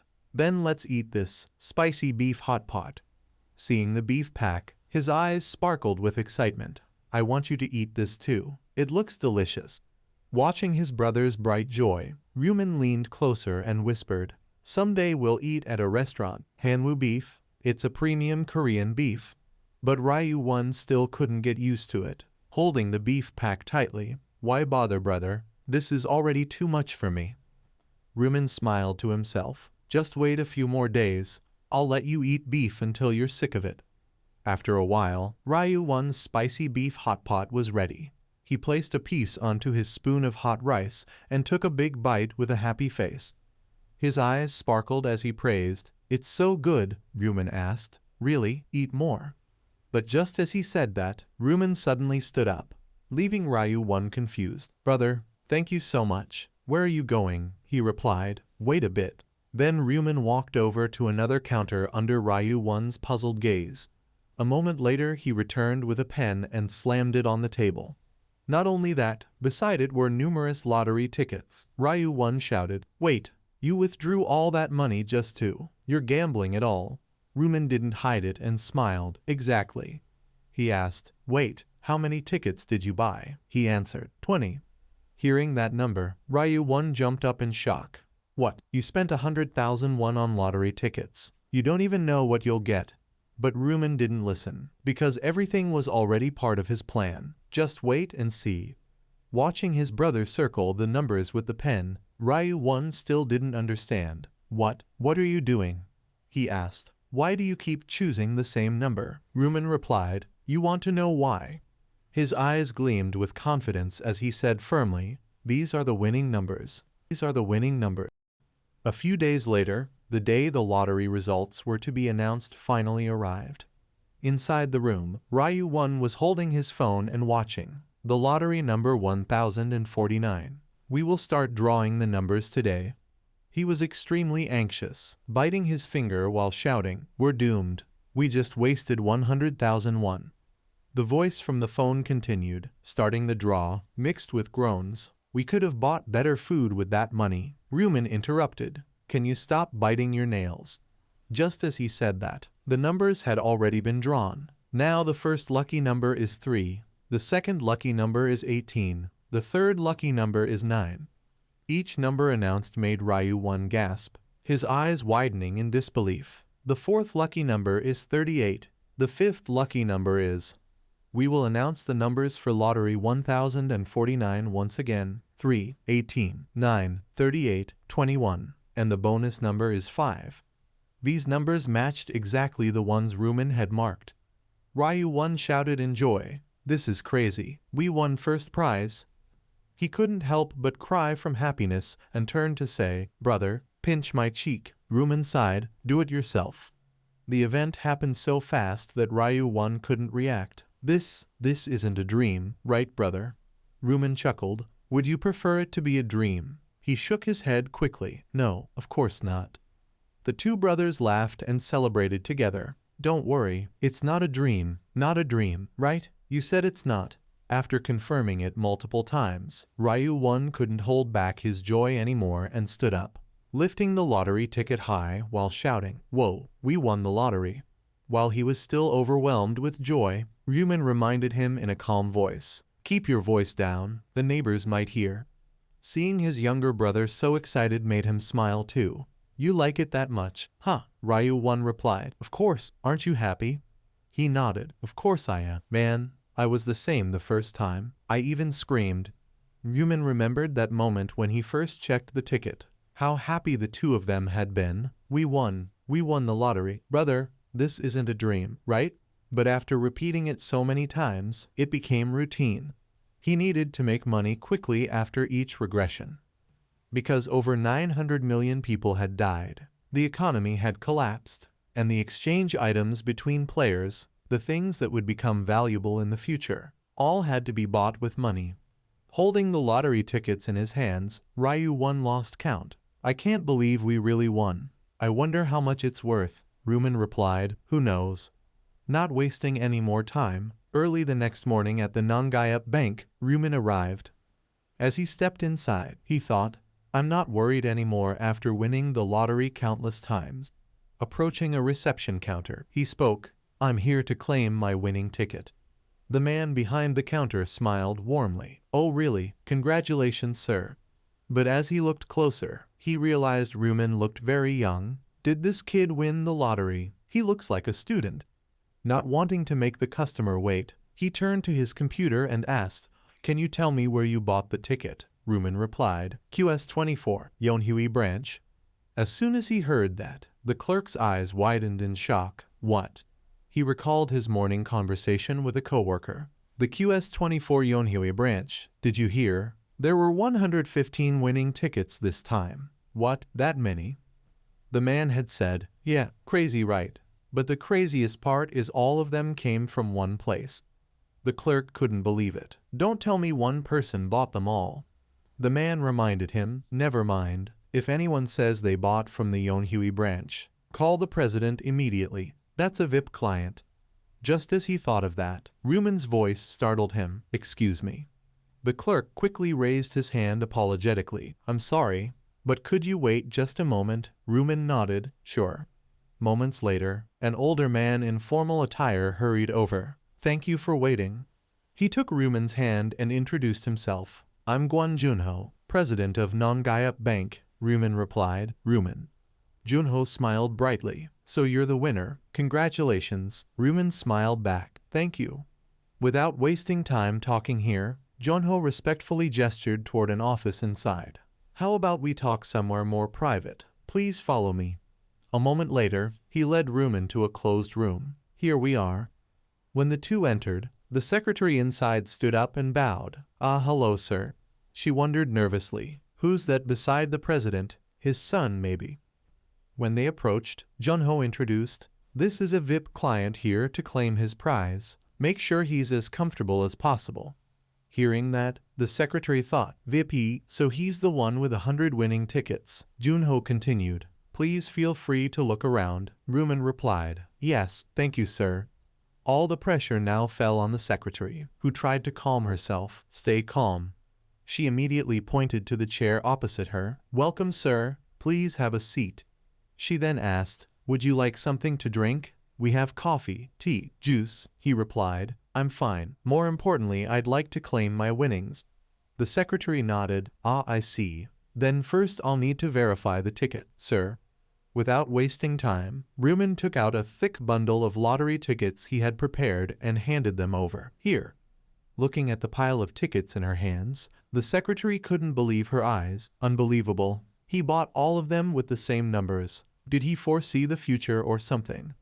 With nothing left to verify, she nodded. I've completed the verification. All of them are first prize tickets. Rumen asked directly, so how much will I receive? The secretary stammered, why yes sir, the total prize is about 22.5 billion won. After taxes, Rumen received around 15 billion won. Everything proceeded smoothly after he claimed the money. The first thing he did was find a new place to live. That evening, he opened a stock trading account. Bitcoin would rise about 500% in the coming month, so Rumen planned to invest in stocks after multiplying his money through Bitcoin. And today, he entered Ryu Won's room and asked, "One, how do you like the new house? Do you like it?" He answered happily, "Of course, it's beautiful. I've never seen such a big and nice house. I have to take a photo." Rumen added, "This is the best place we could move into right away. The security's good too." Suddenly remembering something, Ryu Won hesitated. "Ah, but brother, why are you paying rent? With that much money, we should just buy it." Rumen replied bluntly, "I've already invested over 1 billion won in Bitcoin, so that leaves 14 billion. Hearing that, he froze, his eyes empty. "What?" Seeing his brother shocked speechless, Rumen quickly comforted him. "I know what you're thinking, but I'm not being stupid, okay?" Then he revealed a secret. "I can always earn more money from the lottery. I already saw 4 more numbers in my dream." Still in disbelief, Ryu Won's eyes sparkled. "Oh my god, I've only heard of people dreaming about winning numbers before." Overwhelmed with excitement, he grabbed Rumen's shoulders and shook him. "Hey brother, you remember them all, right? Don't forget them, remember." Rumen laughed. "Haha, I won't. But you're making me dizzy." He turned his gaze aside, thinking, like I could ever forget after doing this countless times. "Sorry." Not staying in the room any longer, Rumen walked out and reminded him, "Come on, let's have dinner. Get ready to go out." Ryu Won asked curiously, "Go out? Where are we eating?" Rumen smiled. "Ah, I didn't tell you yet. We're moving tonight." Meanwhile, somewhere else, a man threw a powerful punch directly into a wall, shattering it without even flinching. The man standing there was Youngman, his fist still imprinted in the wall. Witnessing such incredible strength, he grinned with excitement. "I knew I was right to put all my stats into strength." Thinking that, he threw another punch, and another. Youngman recalled that day when the first round of the game began. "I even got the ancient rune of strength. It can double my power. I got lucky with the random rune." Looking at the wall full of dents, he felt even more confident. I bet even Tyson would be jealous of this punch. His veins bulged as he clenched his fist tighter, murmuring, "Testing's enough. Why not try a real fight now?" The first person Youngman thought of to fight in real combat was Rumen. He ran to the boy's old house and pounded furiously on the door, shouting loudly, "Rumen!" But no matter how much he shouted until his throat went hoarse, there was no response at all. That bastard probably isn't dead yet, and he doesn't even bother to answer his phone. The more he thought about it, the angrier Youngman became, the veins in his eyes bulging. He remembered that New Year's night when Rumen looked at him with disdain. "That arrogant bastard, you think I'll let you go?" Grinding his teeth, he hissed, "After you looked at me like that, I'll kill you." As soon as he finished speaking, Youngman once again vented his rage on the door, pounding like he wanted to smash it down. "Even if we're both players, a loser is still a loser. I'll have to teach you a lesson." After pounding for a long while, he finally stopped, thinking to himself, "That bastard must be hiding inside. Why doesn't he come out?" As he thought that, his hand clenched into a tight fist. Then, when brute force didn't work, he changed tactics, speaking more softly as he pressed his ear to the door. "Ah, maybe that bastard isn't home. Guess I'll just head back." He was trying to set a trap, hoping to trick whoever was inside into coming out. "Breathe once and I'll smash this door to pieces and..." Before Yongmin could carry out that thought, an old man looked down from above and called out, "Hey student, what are you doing in front of someone's house?" Hearing that, Yongmin snapped back angrily. Why do you care? Are you the landlord or something?" The old man adjusted his glasses and replied calmly, "I am the landlord." Yongmin was stunned. Huh? The old man frowned slightly and asked, "And what are you doing here? Visiting a friend?" Yongmin blinked in confusion. A friend? After thinking for a moment, he burst out laughing. "All right, a friend. Could you open the door for me?" He explained, "I lost contact with my friend. If you could just open the door." But before he could finish, the old man interrupted. "Oh dear." The man spoke regretfully. "Seems like your friend left you behind." And Yongmin's face grew increasingly puzzled. Huh? Without letting him wait, the old man continued, "That room's empty now. The student who used to live there moved out already." Yongmin exclaimed, "What? Since when? Where did he go?" The old man replied, "He just moved out today. I don't know where." Hearing this, Yongmin clenched his fists so tightly that veins bulged across his hand. Cursing, "That bastard." He ran away without saying a word. Meanwhile, at a massive luxury apartment building shining under dazzling sunlight streaming through glass windows, Ryu-1 couldn't help but marvel. "Whoa, that's tall." Then he stepped inside with Rumen. Even the entrance had a revolving door. Not only that, when they reached the reception desk, they were given access cards. They even have entry passes too. When taking the elevator, a guard checked their identities. "Your information has been verified." Ryu-1 gaped in amazement. Wow, they even have guards. Standing inside the elevator going up, he looked around with excitement. "Bro, this place is amazing." When the elevator stopped on the 43rd floor, the doors opened, and the two brothers stepped out. Rumen urged, "Let's go." Yeah. The place they were moving into was a huge apartment, fully furnished and luxurious. Ryu-1 asked in shock, "How big is this place?" Rumen walked straight in and replied, "About 330 square meters." Ryu-1 gasped, 330. Thinking for a moment, he said anxiously, "Just the two of us, isn't that a bit too big?" Rumen interrupted, "We've got plenty of money, at least it should be this big." He asked again, "How much is the lease?" Rumen thought for a moment and replied, "The deposit is 500 million won, monthly rent 22 million won." Hearing that astronomical figure, Ryu-1 nearly fainted, his head spinning. 22 million. The monthly rent alone is 22 million won. Just a few days ago, I was worrying about whether spending 5,000 won at a convenience store was too much. He hurried over to Rumen. "Bro, this place is too expensive. Wouldn't it be better to move somewhere cheaper?" But Rumen ignored him, inspecting the room. Clean. Then he explained calmly, "No, we need to spend this much. The pricier it is, the better the security."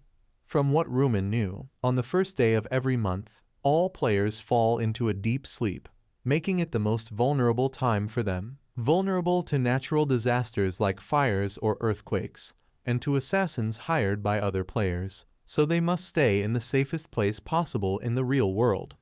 No matter how strong you are in that other world, if you die in the real one, it's all over.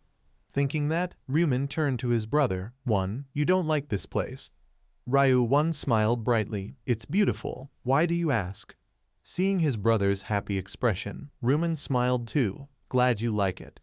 Seeing that smile, Ryu-1 grew thoughtful, and after a moment he said sadly, "I'm sorry." Rumen looked at him. Huh. Ryu-1 fidgeted with his hands. "Next month you'll be dragged into another world to fight again. And I just sit here enjoying everything like nothing's wrong. I'm useless. I'm sorry." Before he could say more, Rumen reached over and patted his shoulder, making him flinch. Rumen smiled. "Why so gloomy? Don't you think I'll win the next round?" He stammered, well." Rumen cut him off. "Stop worrying about that. Let's eat something. I heard the Korean restaurant on the second floor is really good." Ryu-1 scratched his head and nodded. "Yeah." Just as they were walking, Rumen's phone rang, making him pause. A smirk crossed his face as he thought, "So he knows I moved. Whatever, I'm not planning to meet him in real life anyway." He slipped the phone back into his pocket, pretending not to see it. But who knows, maybe we'll meet in the other world. The one calling was Youngmin.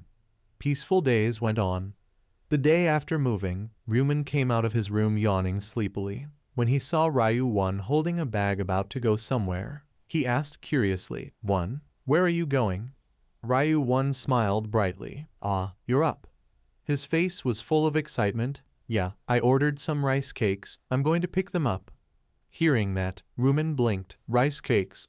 He thought for a moment. Rice cakes? That never happened before. Of course, going back in time doesn't guarantee everything happens the same way. But this might be the first time he's gone out to buy rice cakes, right? He asked. "Why rice cakes?" Ryu-1 replied, "We just moved in. I have to give them to the neighbors. It's polite, right?" Hearing that, Ryuman nodded thoughtfully. "Becoming a good neighbor isn't bad. Nice idea. That's my brother." Ryu-1 asked, "Right?" Without wasting time, he said, "I'll go greet them. You can rest." But Ryuman stopped him. "No, we should go together. I'll get dressed. Wait for me." A moment later, the two brothers stood outside the apartment next door, ringing the bell.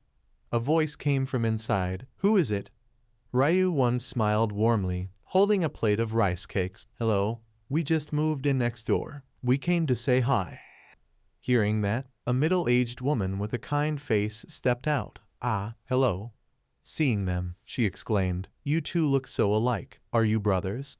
Ryu-1 beamed. "Yes, ma'am."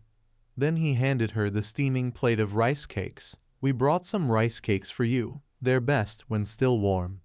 The neighbor smiled kindly and accepted. "Oh my, thank you boys. I'll enjoy them." He bowed. "Thank you. See you again." Ryuman went to another apartment and said politely, "We just moved into 4302 yesterday." Ryu-1 handed a plate to a man. "Here's some rice cakes." Beside him, Ryuman offered another plate to a different neighbor. "Please take care of us." Finally, they came to a small, cozy family. The smiling mother told her son, "Say thank you." The boy held the plate and said, "Thank you," and Ryu-1 bowed slightly. "Enjoy it." After making their rounds, the brothers entered the elevator to go up to the 44th floor. "Bro, just one more apartment left. Let's finish this. Don't get tired." "Yeah, one more greeting then home." When they reached the floor, Ryu-1 was surprised to see how different it looked from the others. Ryuman said, You know this is a penthouse floor. They bought the whole 44th and 45th floors." Ryu-1 exclaimed, "Whoa, so they're super rich, right?" Ryuman glanced around, not sure, but probably someone wealthy, or maybe a celebrity. After waiting a while, even after ringing the bell several times, no one answered. Ryu-1 muttered, Maybe they're not home." To be sure, he pressed the bell once more. Still no response. He turned to Ryuman. "Guess they're not home." Before he could finish, a figure appeared, making him freeze. His eyes widened in disbelief. That person. Standing before them was an incredibly beautiful woman, clearly not an ordinary person. Ryu-1 recognized her instantly. Actress Seo Aaron. The first time Ryu-1 saw Aaron in real life, he could not help but exclaim, "Wow, she is so beautiful, like an angel." Before he could finish his sentence, someone stepped forward and raised an arm to block their way. The man in the suit approached with a suspicious look and asked, "Who are you? Are you fans?" Facing that question, Ryuman also did not stay silent, but explained, "H-1A3. We are people living on the lower floor." Hearing this, the man looked at the plate of rice cakes Ryu-1 was holding and asked again, "People living on the lower floor?" After thinking for a moment, he said, "I thought it was someone else." Ryu-1 cheerfully asked, "Do you want to try some rice cakes?" However, he still maintained a cold attitude and directly walked to the door. "No need. Besides, she does not eat those things anyway." With that, the man took out a card from his body and scanned it to open the door. Then he looked at Aaron and said, "You may go in." She was startled and stammered, okay." Before stepping inside, she still glanced at the two brothers, Ryuman observing them once. After they had all gone inside, Ryuman's face showed obvious annoyance as he said, "I don't know who he is, but he is so rude." He continued, "Do not mind that bastard." Ryu-1 interrupted, H-1ED, "It is okay. More importantly." As he spoke, his face brightened with a radiant smile. his eyes sparkling like stars. Did you see? She is really beautiful. Hearing this from his younger brother, Ryuman was startled, stepped back, and said, "What?" Ryu-1 explained, "What do you mean? I just saw her too." He continued, "It is Seo Aaron." Seo Aaron. Ryuman still looked confused and asked, "Who is Seo Aaron?" Inside her phone, a series of news updates appeared. Actor Gong Jisuk had a heart attack. Fans cried bitterly over this shocking news. Gong Seojin, Shim Hwam, etc. The tragic death of major actors is a huge shock to the film industry. Korean actors, Cha Il-woo has passed away forever. Surveys show only 58% of stars survived because actor Kwang Min-ho suffered from panic disorder and anxiety disorder. The filming process, urban crime, was halted. After reading those news, Erin sat on the sofa sighing wearily. The more she scrolled through these shocking news, the more worried she felt, thinking, how is the world operating like this? Suddenly a message arrived. Hongxian, Erin, did you hear the news? When she opened the chat, the sender continued, Gong Seojin is gone. She replied, A series of conversations appeared. Tomorrow will you visit? Of course, he has taken care of us a lot. Then let us go together, okay? After sending this, Erin put her phone face down on the sofa and said, I can believe someone more successful than me died in the first round. If I had not obtained a good ancient artifact, my name would have already been on the news. Thinking this, she sighed, I have grown a lot. I even thought there would be an article about me. Really unbelievable. Lost in her chaotic thoughts, Erin did not notice a figure approaching from behind. If it were not for the company's support, could I have grown this strong? This penthouse was also bought by the company. The person approaching was the bodyguard from earlier. He curiously asked, What are you thinking, Erin? She was startled and replied, Nothing, nothing at all. He continued sitting down and said, It is okay, I said. You can tell me everything. Hearing this, Erin no longer hid her feelings and confided, I was just wondering why the world turned out like this. How will I survive the next round? That is what I am thinking. The man reassured, Do not worry about the next round. I am here. Why would you worry? He turned his head and added, You are worrying too much. Just trust me and rest. With this firm reassurance, Erin felt somewhat less anxious and smiled brightly. Of course, who else can I trust? She thought, when the company assigned me an assistant and bodyguard, I was very cautious because I felt like they just wanted someone to watch me. But thinking about it, Erin remembered the first round. In the most difficult situation, this man helped her. Without him, I would have died in the first round. Before leaving, the bodyguard did not forget to remind once more, I will protect you at all costs, so do not give up. She smiled shyly and replied, thank you very much. Aaron stammered and continued, about earlier, they brought me rice cakes, so they probably delivered them. They look delicious. He interrupted, if you eat that you will gain weight again. They also went through the trouble to greet us. They must be sad, just ignore it. It is just a greeting. He reminded, they only want to take advantage of you. You just have to agree, and they will keep bothering you. Facing this, Erin remembered the expressions of the two Ryuman brothers earlier. H-1EDM. They do not seem to be bad people. She said, our neighbors look to be over 15 years old. They must have killed 100 goblins to survive, right? The bodyguard nodded. Probably. The more she thought, the more she admired. Interesting. People who have gone through such dangerous situations can still act like nothing happened. The bodyguard sighed and asked, Do you think killing 100 goblins would be hard for them? Only idiots would fail.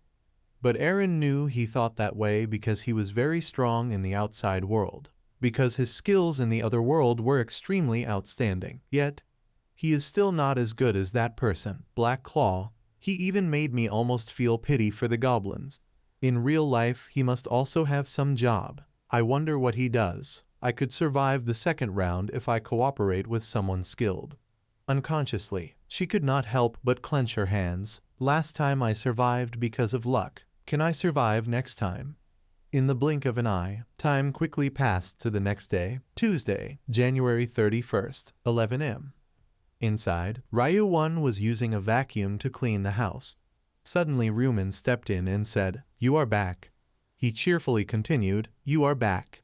Seeing his older brother return with a calm face, he curiously asked, "Did you make money this time?" Rumen replied, This time I did not make much, probably 15 billion won. Last time was 17 billion. Hearing this, Ryu Won exclaimed, "Are you joking?" The bank did not say anything. "This is your fourth win." He breathed a sigh of relief and said, About that." Rumen recalled earlier, when he came to claim the prize, the chairman was very surprised, eyes full of astonishment. "You come back again, lucky guest." He could not help but ask, "What is your secret?" He smiled and replied, "I told you last time. I was given a prophetic dream." Facing his casual words, the chairman exclaimed, "Impressive. I wish I could have a prophetic dream too." Returning to the present, hearing the story his brother just told, Ryu Won could only smile awkwardly. Then he asked, "So this time you plan to put all the money into Bitcoin again?" Rumen replied, "Yes, it has risen to 150 billion won." Ryu Won stammered, "Brother, should we not withdraw now? I am afraid we will lose everything." However, Rumen was not worried at all because he had predicted this beforehand. Not yet. He looked at his younger brother and smiled reassuringly. "Do not worry, I will handle everything. Let's go eat something." With that, the two brothers went out to eat at a luxury restaurant. They did not return until evening with a bag of goods in hand. Thus, a day passed. Tuesday, January 31st, 11:55 p.m. Rumen was lying on the bed waiting. Ryu Won sat beside the bed holding his brother's hand tightly, extremely worried, calling, "Brother," he reminded, "you must survive and come back." Seeing his younger brother so anxious, he smiled confidently and reassured, "Do not worry. You saw me defeat Bang Taeju, right?" He stammered, "Yes, but..." Before Ryu Won could finish, Rumen reached out and patted his head, interrupted, "Do not worry, just go to sleep." As he spoke, he slowly lay down, beginning the second round. "Whenever you open your eyes, I will wake up with you. I am going now." This time, just like the first round, in the blink of an eye Rumen was transported into another world. All the players were transported at the same time, but not in the same positions as round 1. They shouted in fear, We are back." Immediately again, we are here again. Where are we? This place is not like round 1. That person." As Rumen appeared, all attention focused on him, the number 1 player from the previous round, Black Claw. It seemed Rumen could feel the many eyes on him, seeing how they did not dare approach. Most must have recognized him, they whispered behind. "He is the one who massacred the goblins, right? Number 1.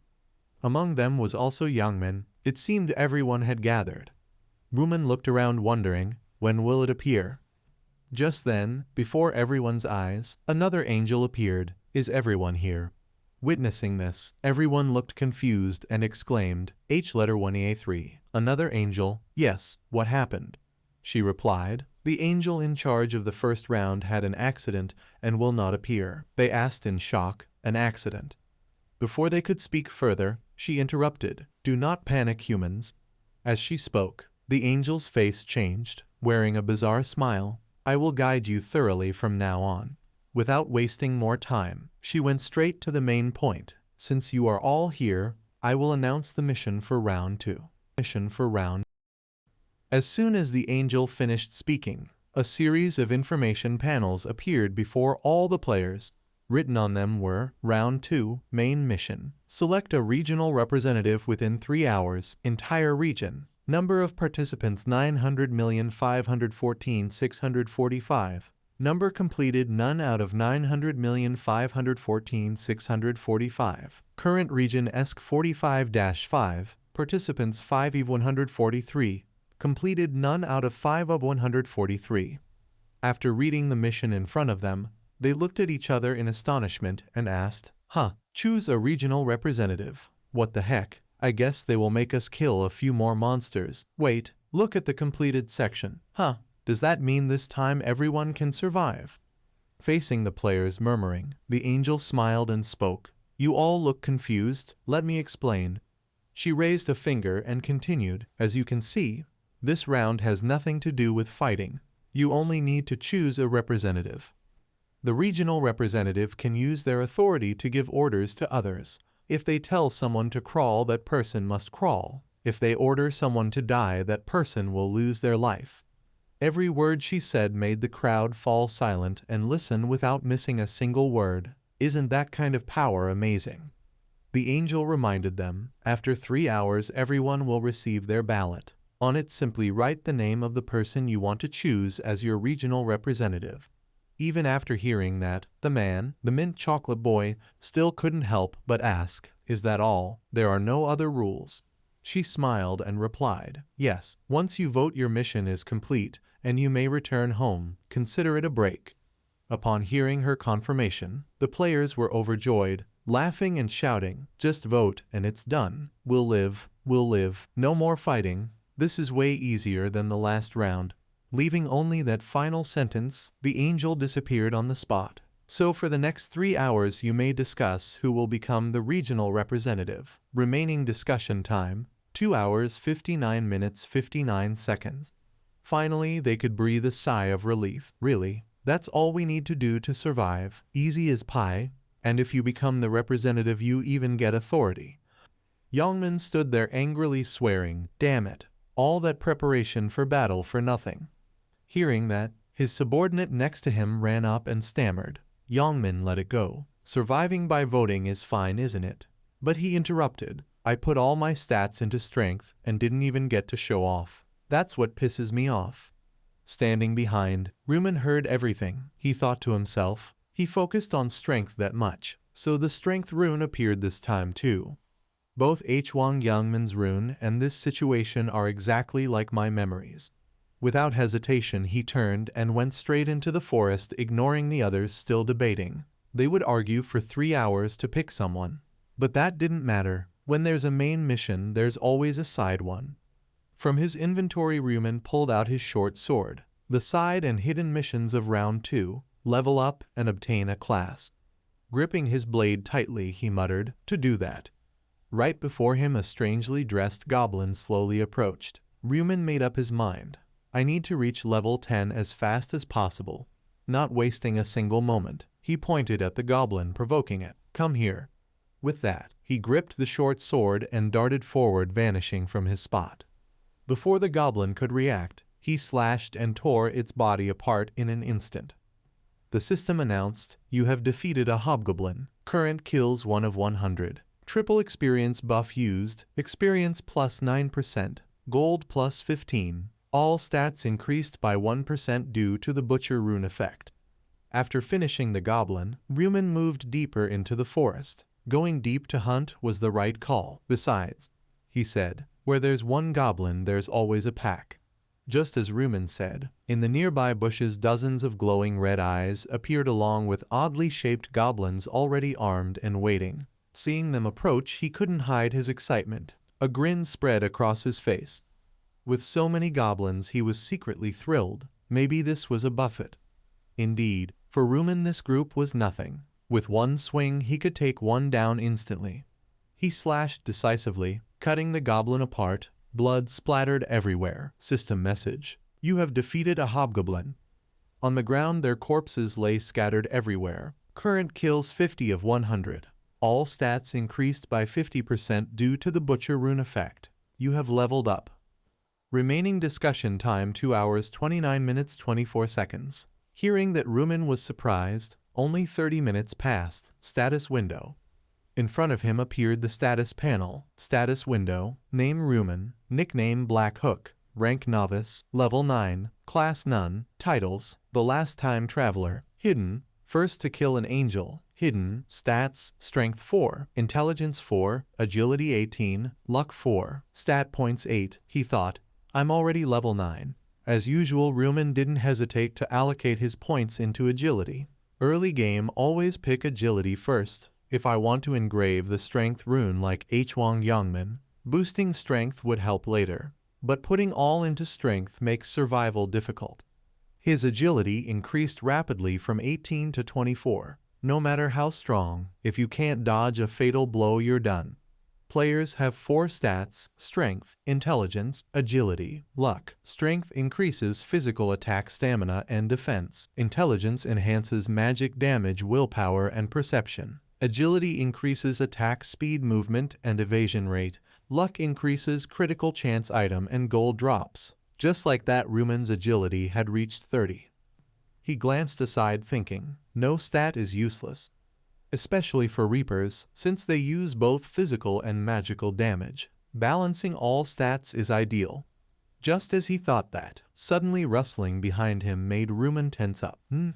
He turned back, wondering, someone's following me. I didn't notice while hunting, but seems I've been tailed. I didn't tell anyone to follow me.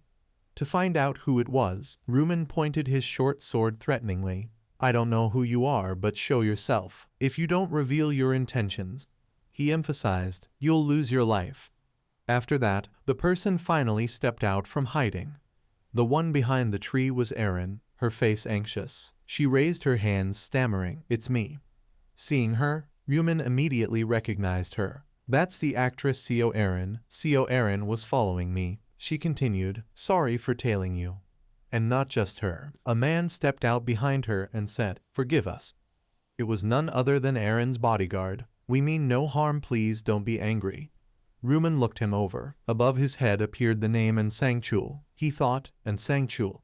After a moment he remembered, if it's Nsangchul, isn't he Ma Zhonglok's right hand? From previous runs Rumen recalled, Ma Zhonglok was the eldest son of the biggest company in the country. Player nickname Heavenly Demon, and one of Rumen's targets. Recruiting him would help greatly. But Rumen's true goal was to recruit the priest allied with him by round 20. Thinking of that, he couldn't believe this coincidence, running into Ma Zhonglok's right hand this early. But why was Nsangchul with Seo Erin? Wait, maybe he's... He recalled when he was at her doorstep earlier, there was a man guarding her. He wondered, her bodyguard. Then he remembered, there had been rumors Ma Zhonglok was sponsoring a celebrity for business purposes. More importantly, without wasting time, Rumen asked directly, how long have you been following me? The future is already changing unexpectedly. Erin nervously answered, since the start when you entered the forest I followed. Sorry if it bothered you. He cut in, why follow me? She replied, no bad intentions. We just want to make a proposal. Rumen said, a proposal? Erin continued, yes, you were first place in round 1, right? So? She hesitated, unsure how to say it. Could we work together? Hearing that, Rumen sighed and smiled. Cooperate. Isn't that word used when both sides need each other? Erin said, that's right. He added, but what do I need from you? I can fight alone. Don't waste my time. Go back. As he walked away, he added, I have no intention of forming a party with you two. With that, Rumen turned and left without another word.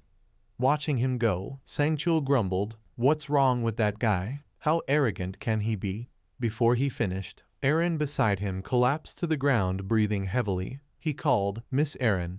She exhaled shakily and said, he's not first place for nothing. The pressure from him was overwhelming. Nsangchul asked, pressure? Anyone would be nervous with a sword pointed at them. She added, I wanted to form a team with the top player, but this didn't go as I expected. He sighed, I told you. Someone like him is too arrogant to need allies. Yes, a pity.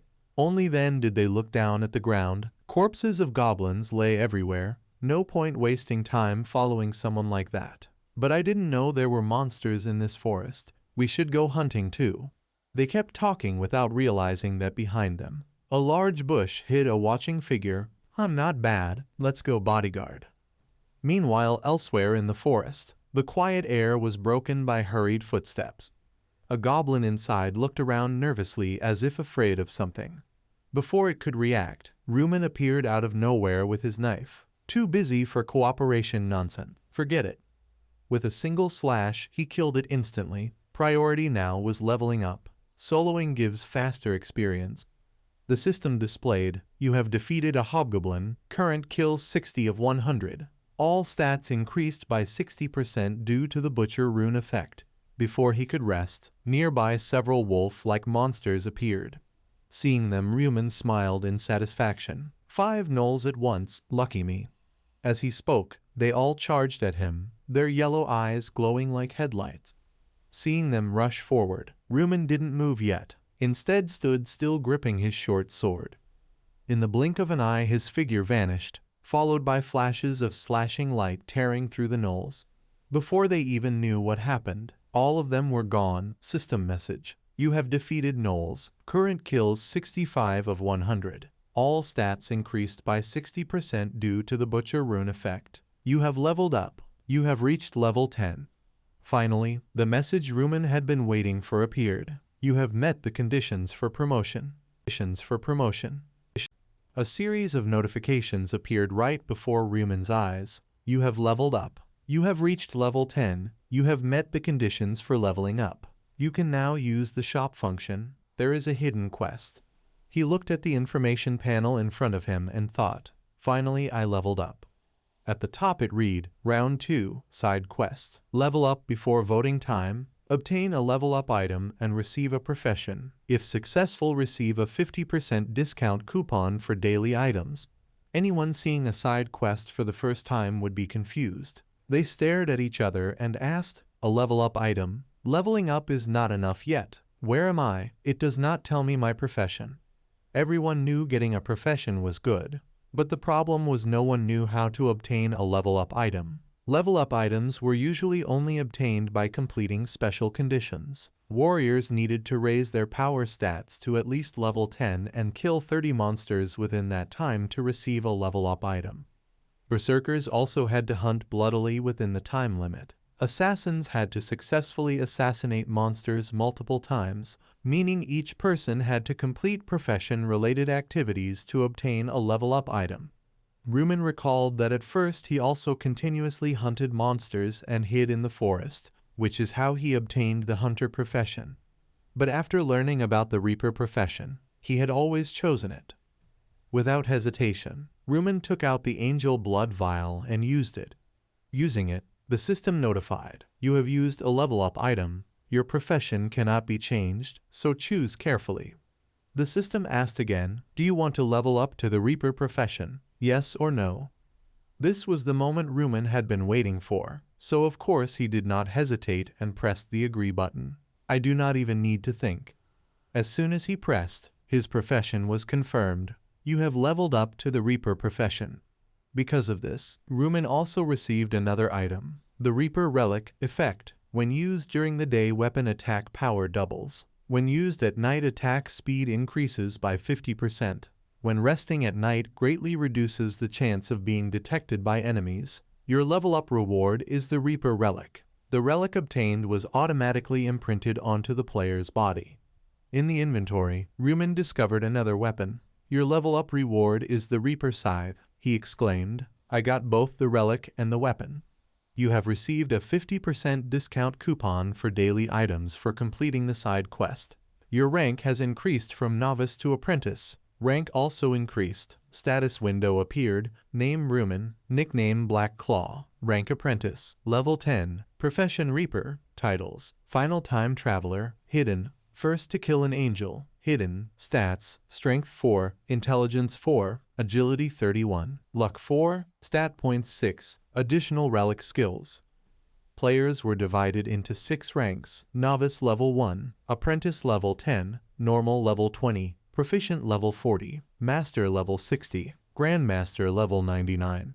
Like other games, leveling up increased rewards and unlocked new skills. You have learned the Reaper Profession skill, Death Seal. An information panel appeared. Profession Skill Death Seal. Effect. Creates a seal visible only to the target and caster. Remaining health of the target is displayed. The target receives an additional 100% damage whenever the caster attacks at the same time. Effect applies to a single target only.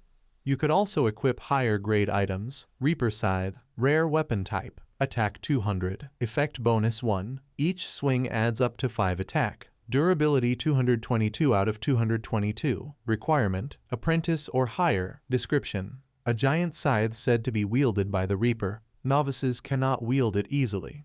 Returning to the present, Rumen thought happily. If I do not level up, I will always remain a novice, so the faster I level up, and the first to level up. System notification. You have been recognized as the first player to level up. Your reward is a random gold bag. You have learned the neutral skill tracking. This was exactly what he needed now. Learning this, they obtained a neutral skill tracking effect. Detects the location of the desired target. However, face and nickname must match to be a valid target. Cost 20,000 gold. Reading through it, Ryumin smiled. A 20,000 gold skill must be tried. The target he chose was Sangchul. Tracking H1 Sangchul. Name and face matched. Currently tracking the target's location. After searching for a while, the location was finally displayed. Player H1 Sangchul's location confirmed. 190 meters away. Follow the arrow in front of you to track the target. Right before Ryumin, a glowing arrow pointed to the side. 190 meters, so he has entered the forest too. Ryumin stroked his chin, thinking, he was 2 kilometers away earlier. Now only 190 meters. Should I secretly follow him? Switching to another scene, Sangchul was now covered in injuries, running with Eren behind him, looking exhausted and gasping. While running, she suddenly lost her balance and fell straight to the ground, screaming in pain. Despite trying, because her leg was injured, her whole body trembled, and she could not move. I cannot run anymore. My leg will not. Sangchul heard this and urged, we need to keep moving, Eren, if they catch us. Then he quickly ran to help her up. Even though her leg hurt, she had to endure. She trembled and replied, I am sorry. The spot hit by the arrow burns too much. Sangchul's face darkened, sweat pouring. It was just a hypothesis. But they said that even if she gets injured in this world, her real-world body will be fine. If she can somehow survive and get out, she can return home. Upon hearing this, Eren tried to gather courage. Okay, I will endure the pain. But before they could move further, a loud voice came from behind, making them startle. Where do you think you can run with that injury? The person approaching was Yalmin with his henchmen. He grinned and asked, not enough pain yet, right? Seeing them close, Sangchul gritted his teeth, thinking, damn it. He glanced at Eren angrily. This bastard moves too slowly. Now the whole group is caught. With no other choice, he drew his knife. Now we have to fight. Youngman saw this and exclaimed, oh ho. He laughed and continued, do you want to fight us, huh? He pointed to his fully armed henchmen behind. Open your eyes wide and see how many of us there are for you to think of fighting. Hearing this, Sangchul asked, why are you doing this? What did we do to you? He thought for a moment, then replied, of course you did nothing, he stammered. Then why attack us out of nowhere? He did not hide the truth and went straight to the point. We just want this. He was startled, eyes wide. What? Youngmin looked at Eren and answered, the girl with him. The corner of his mouth curled into a wicked smile. We are all men. Why should I care about him? We want Seo Eren. The bald guy asked, is that girl really Seo Eren? The one next to him continued, can't you tell? Just by looking at her face, you know? Or maybe someone is imitating her appearance. Hearing their teasing, she became terrified, face pale. So what? Looking similar is enough. Heh, right. At this point Youngmin made a condition. If you let Seo Eren stay, I will let you go. What do you think? Sangchul pondered. If the target is Seo Eren, they should have said it from the start. If so, I would have left her behind immediately. He glanced back worriedly. I have no intention of dying for that girl. But there is one problem. If I cannot protect Seo Eren, Director Ma Jonglock will be very disappointed in me.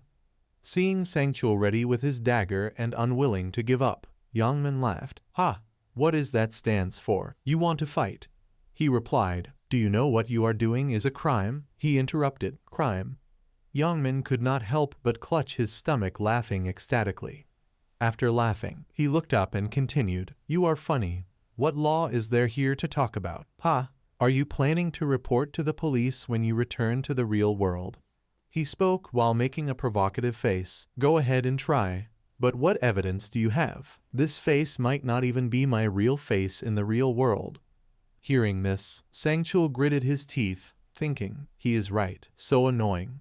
Just then he realized something. Eyes wide. Just talking is not enough to make him retreat.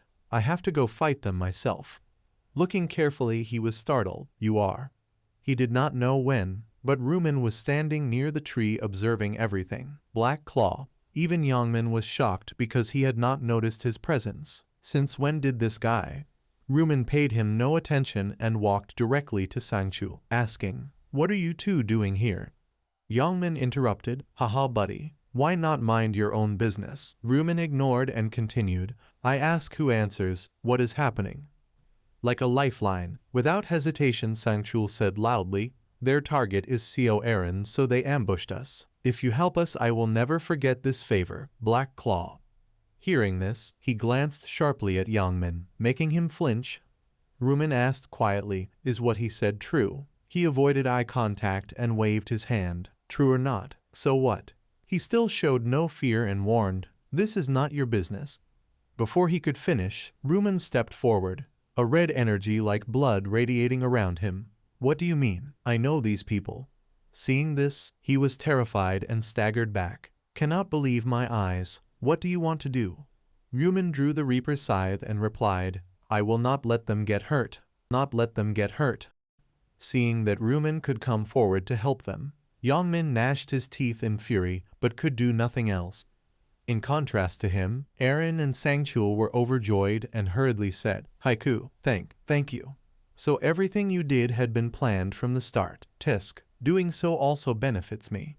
Rumen glanced at Sangchul and thought, "If I help, Ma Zhonglok will have a good impression of me. If a corporation like that owes me a favor," he exclaimed, "then the reward will increase greatly, and I will be generously repaid."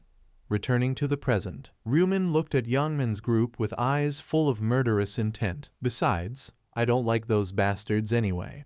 Though terrified, he forced the fear down, pointed straight at Rumen and shouted, "What the hell are you doing, bastard? Get out, get out. I'll kill you if you come any closer."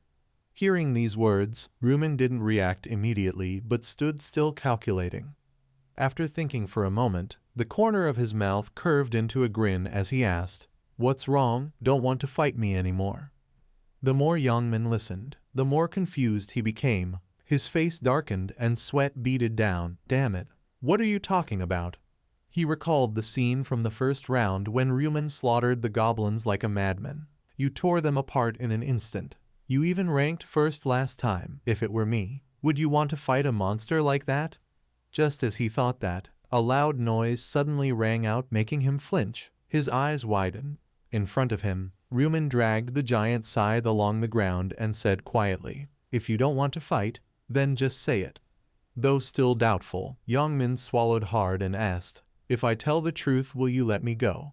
Rumen crossed his arms and replied, "I'll consider it, if you kneel down and beg for your life." Faced with that condition, Yangmin froze and said, "So you're asking me to humiliate myself?" He glanced around, where his subordinates and even the famous actress stood watching, "when my friends are all looking and right in front of Aaron." In that moment, his pride surged and stopped him from kneeling to beg. "If I could I wouldn't want to fight him, but you've pissed me off, you bastard." Just as he thought that, Yangmin suddenly realized something and exclaimed, "Wait." He remembered that in the real world he had tested countless punches on stone walls without a scratch. "Hadn't I gotten strong enough to smash walls with bare hands? If I'm lucky I might even take him down with one punch." No longer hesitating, Yangmin regained his confidence, a smirk curling his lips. His face calmed as he stretched and said to Rumen, "You've crossed the line, bastard." As he stepped forward he continued, "What did you want me to do? Kneel and beg? Do you have a death wish?" Even though he knew he had incredible strength, an uneasy feeling still crawled over Yangmin, making his skin prickle. "Fine, I'll move closer like this, then punch him straight in the face." In his mind he imagined Rumen taking that punch, even he couldn't survive it. Yangmin forced a grin to steady himself, thinking, no normal person could withstand a punch strong enough to break a wall, right? Despite his arrogance, Rumen remained calm, the scythe of death slowly fading in his palm. Seeing that, Yangmin hesitated and asked, What are you doing? Are you throwing your weapon away?" Rumen smiled provocatively. "If you're fighting me barehanded while I have a weapon, it's a bit unfair, isn't it? Winning that easily would be boring." Hearing that, Yangmin gnashed his teeth and shouted, You ridiculous bastard." As soon as he finished, Ryuman's figure vanished from where he stood. Realizing he was gone, Youngman's eyes darted around in shock. In the blink of an eye, Ryuman was suddenly right in front of him, the distance shrinking fast. Seeing that, Youngman clenched his fist and drew it back ready to strike. "Stupid bastard. You threw your weapon aside and exposed your head like that." His punch swung straight toward Ryuman's head. Die. But before he could land it, Ryuman disappeared again. Immediately after, pain surged through Youngman's body, his face twisted. He hadn't even realized when Ryuman had kicked him square in the stomach, leaving no chance to react. His body flew backward and crashed to the ground. Unlike him, Ryuman stood there as if nothing had happened, eyes calm and frightening. Taking that blow, Youngman lay collapsed, body trembling violently in pain, cursing nonstop. You bastard." Before he could finish, Ryuman stepped up and cut him off. "Stop swearing." As he lifted his head, Ryuman was already there, kicking him square in the face, knocking him flat on his back. "Your filthy mouth is annoying." Not stopping, Ryuman continued forward and stood before Youngman. Then he bent down, grabbed him by the collar and lifted him up.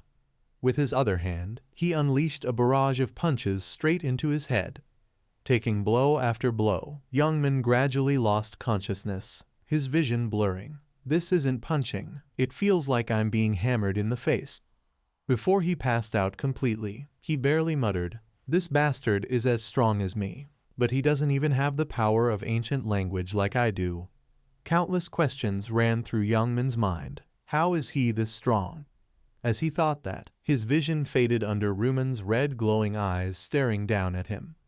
Youngman's companions could no longer hold back and decided to charge forward shouting, "Youngman, get that bastard."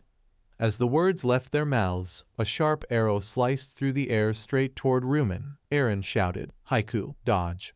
Seeing him avoid the attack, the archer quickly drew another arrow. Die. But this time Ryuman didn't give him the chance. He stomped hard on the ground for momentum. In just a few blinks, Ryuman had already rushed forward, appearing right before the archer. When he realized it, it was too late. His eyes filled with horror, Ryuman asked coldly, "I guess your monster hunting and getting that bow were all just luck, huh?" As he spoke, he drew the scythe of death with a grin. "Unlucky for you, you ran into me?" As soon as he said it, Ryuman swung the scythe and sliced off the man's arm, leaving him dumbfounded. When he realized what happened, he screamed in agony and despair, "Ah, my arm." Witnessing that, the other two turned pale in terror and shouted, You bastard, you think you can mess with us and just walk away." Without thinking, the bald one raised his knife and charged at Ryuman. "Die, you bastard."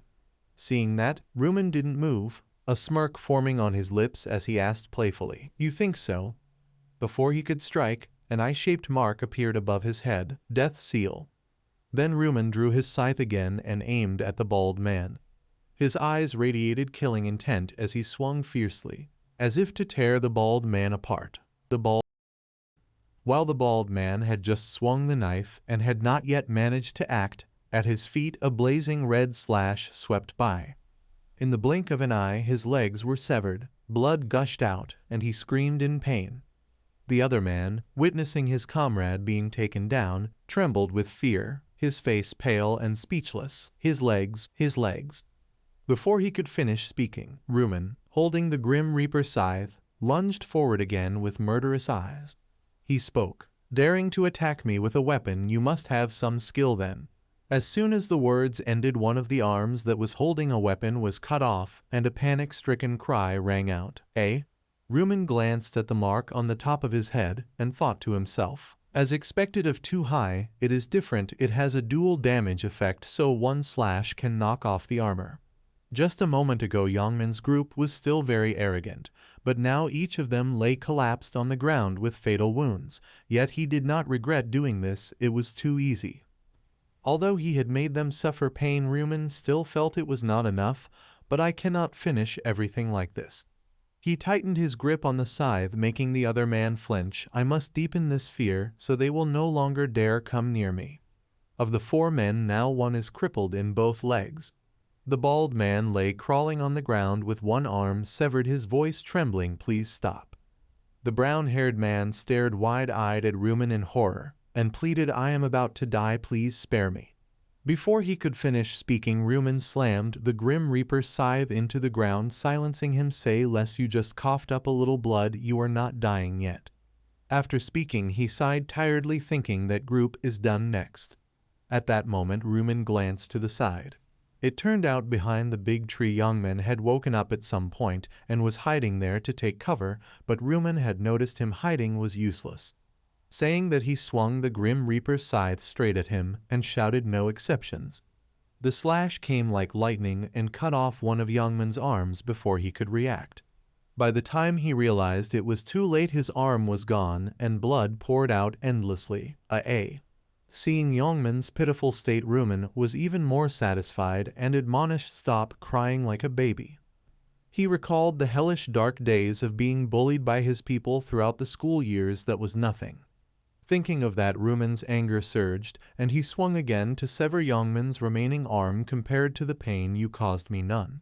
Standing to one side, Aaron and Sangchul witnessed this brutal scene but did not dare utter a sound. He went pale and thought to himself he cut off both of his opponent's arms mercilessly, even though they had lost the will to fight. Seeing Rumen crazily stabbing through Youngman's thigh, he was even more impressed. For some people that seems very cruel, but I like that kind of cold-headed person. Sangchul exclaimed, that is H1EFC Cow, the one who dares oppose the guild leader. Just as he thought this, Rumen had finished handling everything and walked up asking, are you two okay? Startled, he answered, yes, thanks to you. Rumen lightly pointed behind and continued, you do not need to worry about them anymore. As you can see, they are all disabled, so it is best we should start voting gradually. To thank him for his help, the two of them bowed sincerely. Thank you very much for helping us. Thank you very much, H1AFC Cow. Suddenly Aaron could not hide her curiosity and asked, even so, won't they die soon? Rumen replied indifferently, so what, they are no better than beasts, she uttered. Seeing Aaron's worried expression, he thought to himself, she is too soft. Why care about the lives of these bastards, as if she were some saint? Maybe because she must keep an image as a celebrity.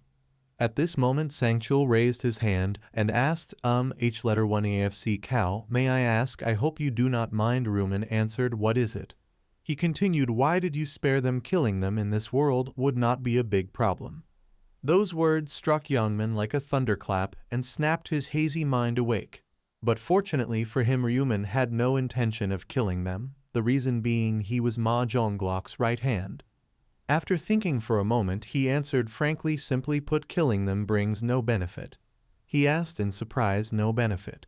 Sangchul anxiously voiced his worry. After all, leaving them could cause trouble in the future. At this remark, Rumen glanced at the men who were so terrified, they did not even dare look him in the face. Trouble. The corner of his mouth could not help curling into a contemptuous smile. Could they do that? Rumen turned and added, moreover, reducing the population is not good because the number of successful participants will also decrease.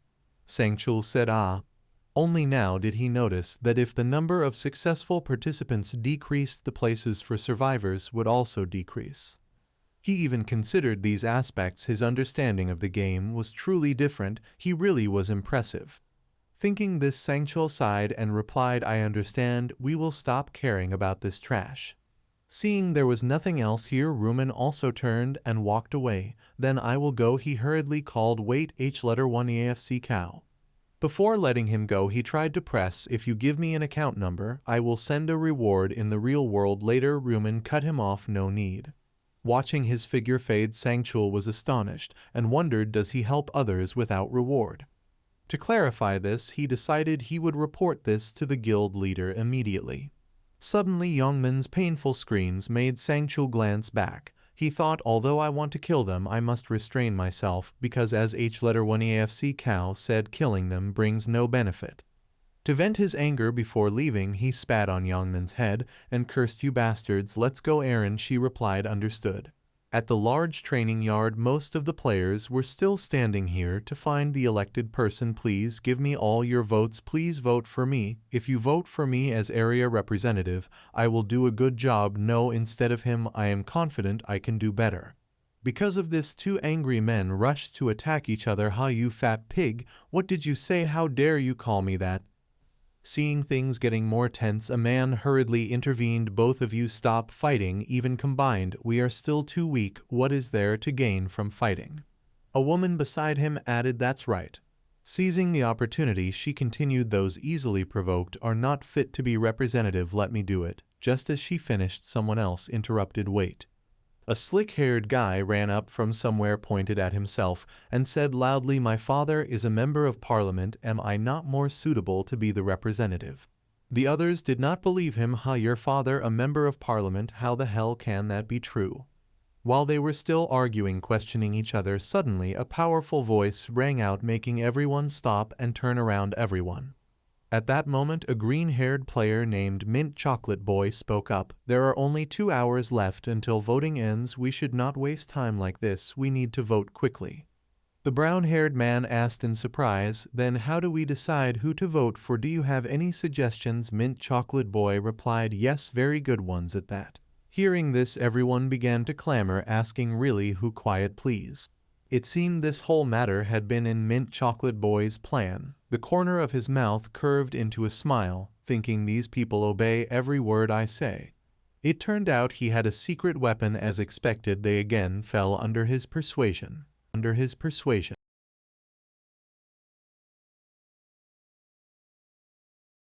The Mint Chocolate Boy remembered in the first round when he received the rune stone, his face showed disgust upon obtaining the persuasion rune from the random rune fragment. He was quite disappointed. What the fuck is this? An information panel appeared. Persuasion rune effect increases the ability to persuade the person you are speaking with. Effect does not apply to targets of higher level than the caster.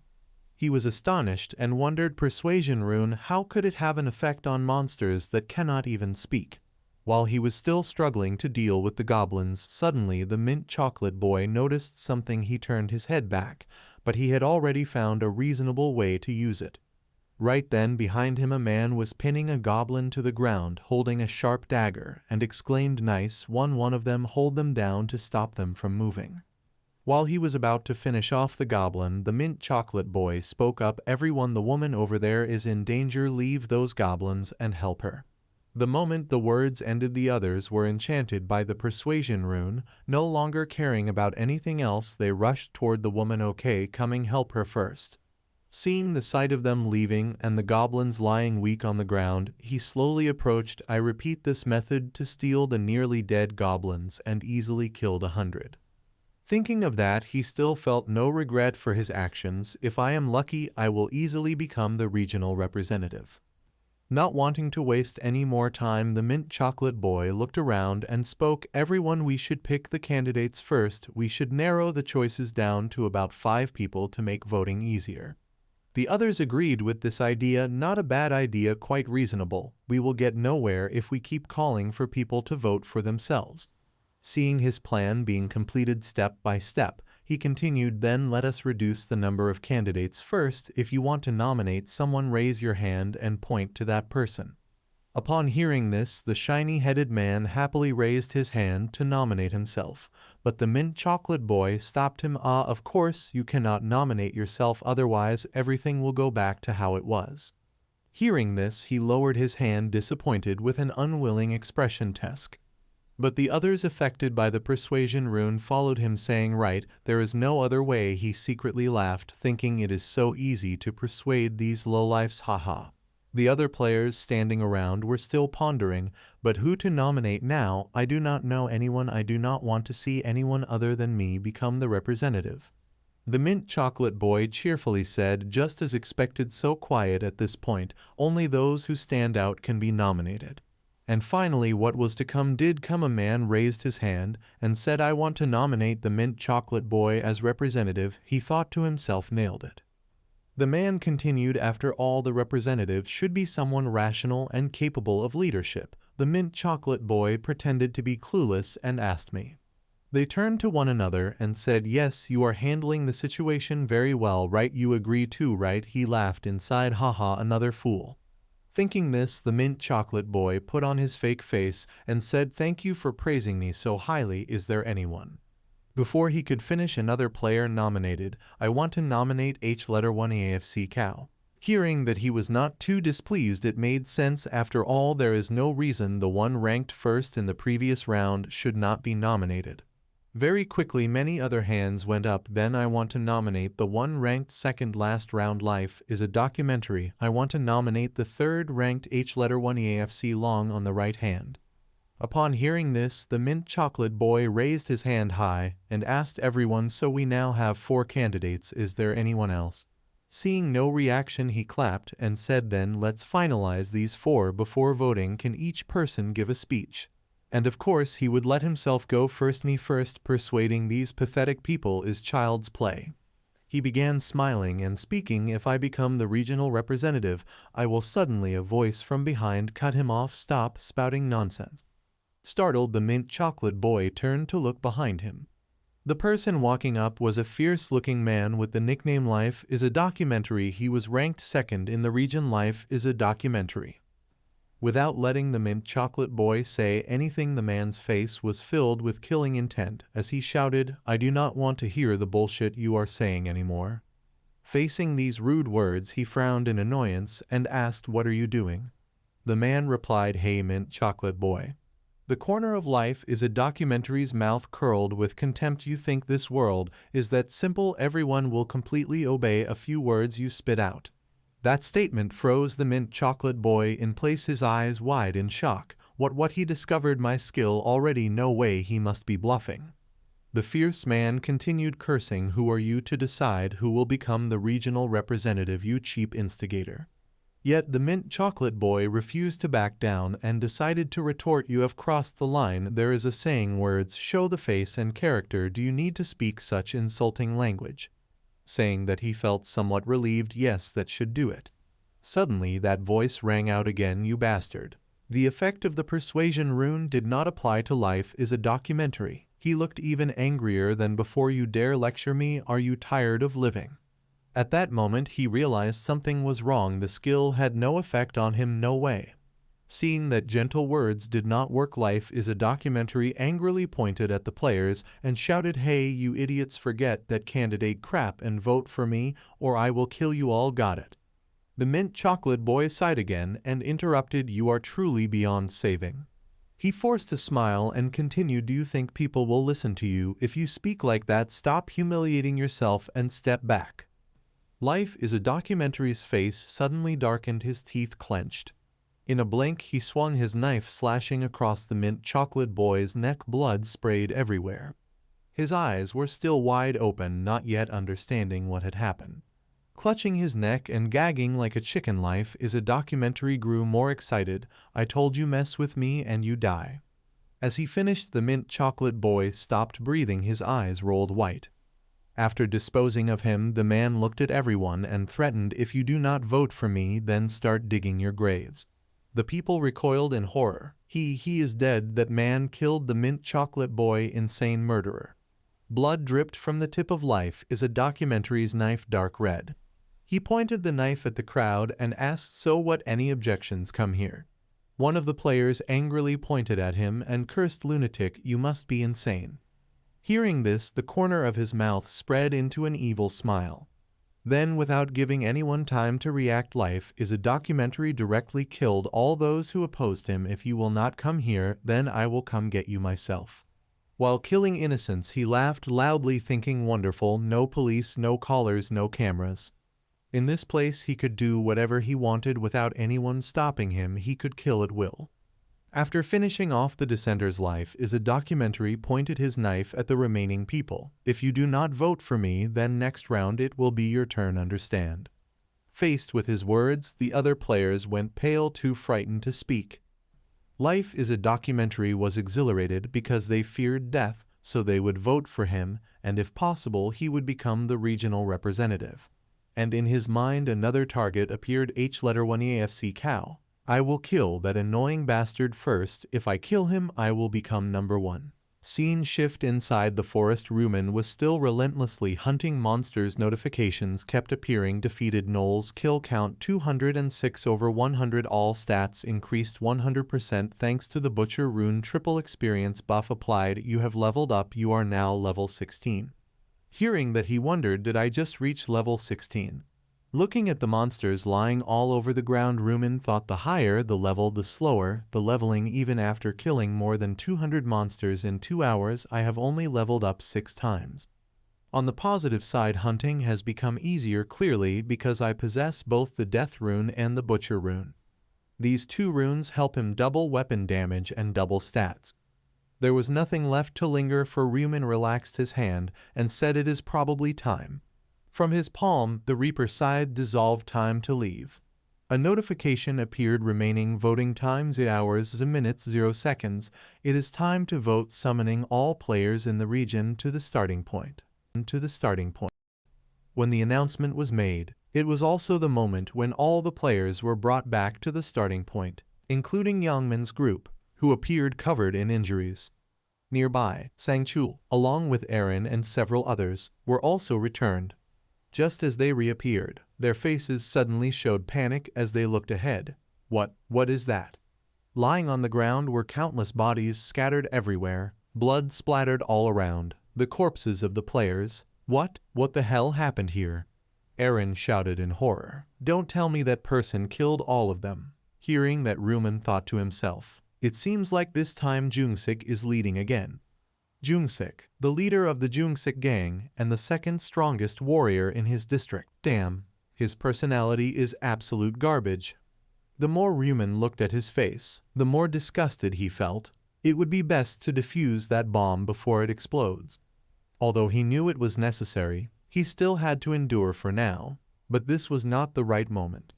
While he was still silent, the guy had already stepped forward to provoke him. Hey Black Scythe, where have you been? I have been waiting for you for a long time. Hearing Jungsik's words, Rumen asked bluntly, what do you want? The man replied, nothing. I just want to ask one thing. As he spoke, his lips curled into a sinister smile. I will get straight to the point. Come under my command. At those words, Rumen's face clearly showed disdain. He looked him in the eye and interrupted, under your command? The man twirled his dagger and replied, yes, I will spare your life if you do. As soon as he finished, a burst of laughter made Jungsik flinch. The one who laughed was none other than Rumen, who said, so do you want to start fighting right now? Before fighting, he even gave the man a chance. Kneel down and beg me. If you do that, I will spare you. At those words, Jungsik exploded in rage. My God, look at this insane bastard. It seems like you still don't understand the situation, but, he continued, if I become the regional representative. Before he could finish his sentence, Rumen interrupted. Is it that hard to understand what I'm saying? Without wasting any more time, he raised his hand and drew his weapon. In an instant, the Scythe of Death appeared, radiating a crimson aura that surged like flowing blood. Or would you rather die here? Witnessing this scene, Jungsik could not believe his eyes. His limbs froze as he thought. What is that? Where did he get that weapon? Damn it, I messed with the wrong guy. Seeing him stand still without saying a word, Rumen asked, what's wrong? Cat got your tongue?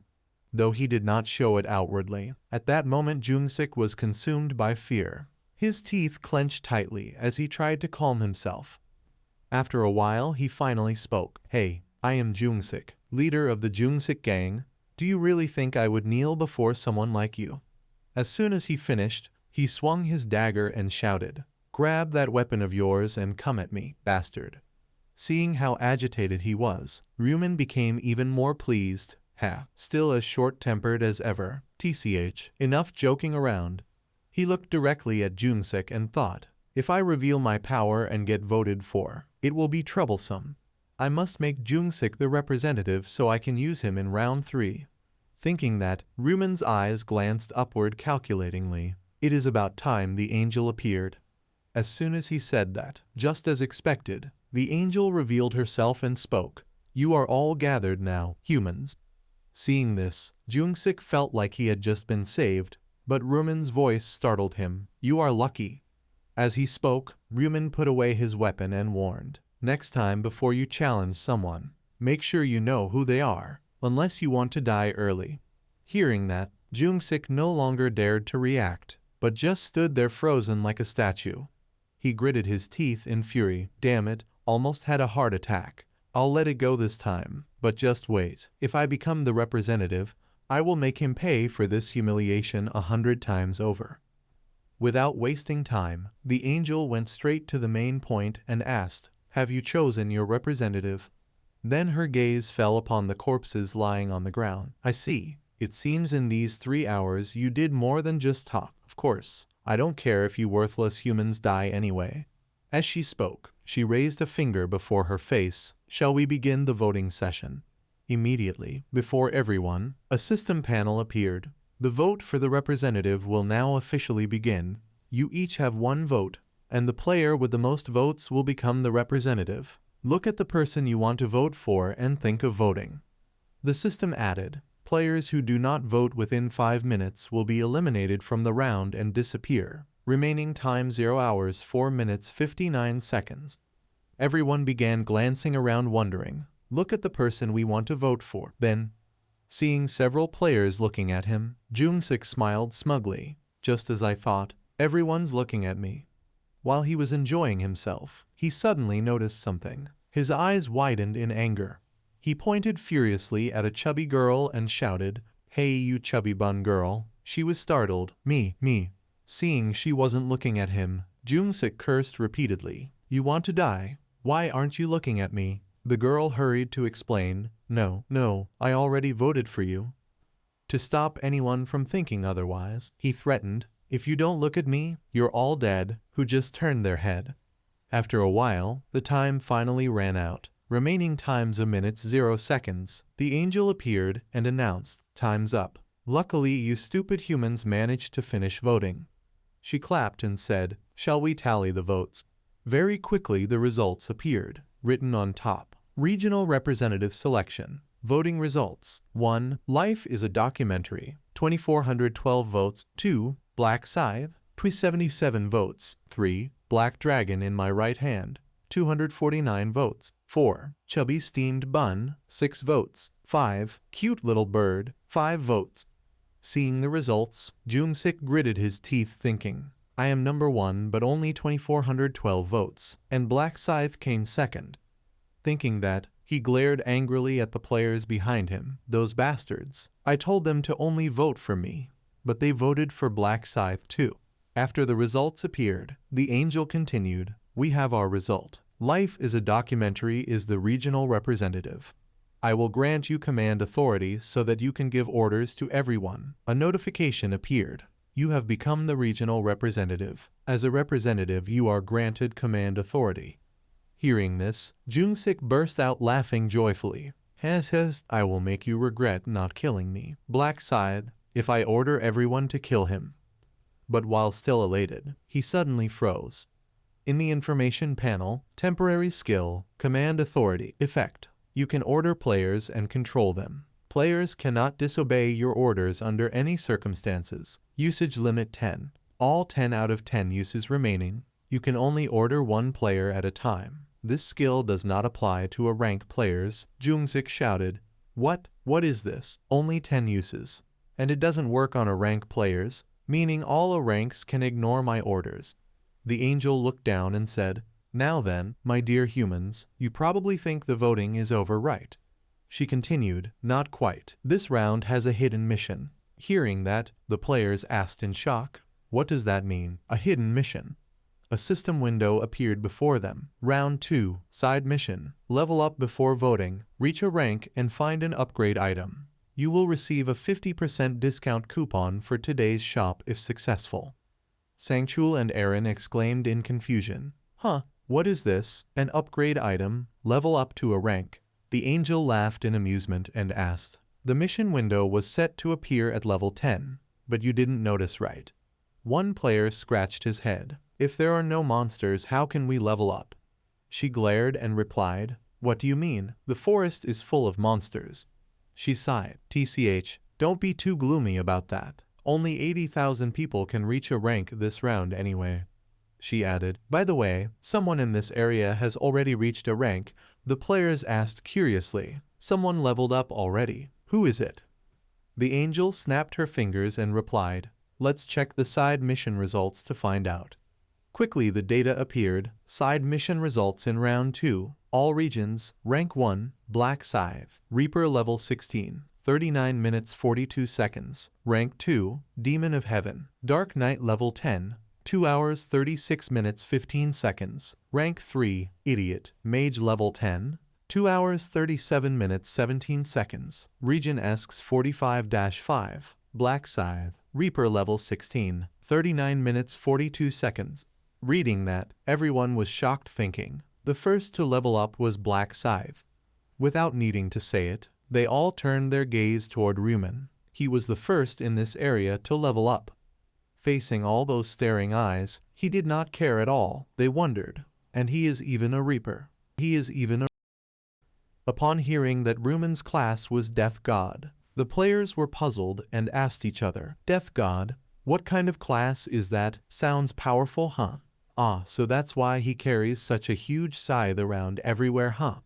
Standing behind the crowd, Jungsik thought in fear, damn it. I was planning to use the command authority to make Hyuk-Jae fight back against him. But who would have thought Hyuk-Jae would change his class right at this moment? The angel smiled brightly and said, in round 2, the ranking rewards have been distributed according to mission completion order.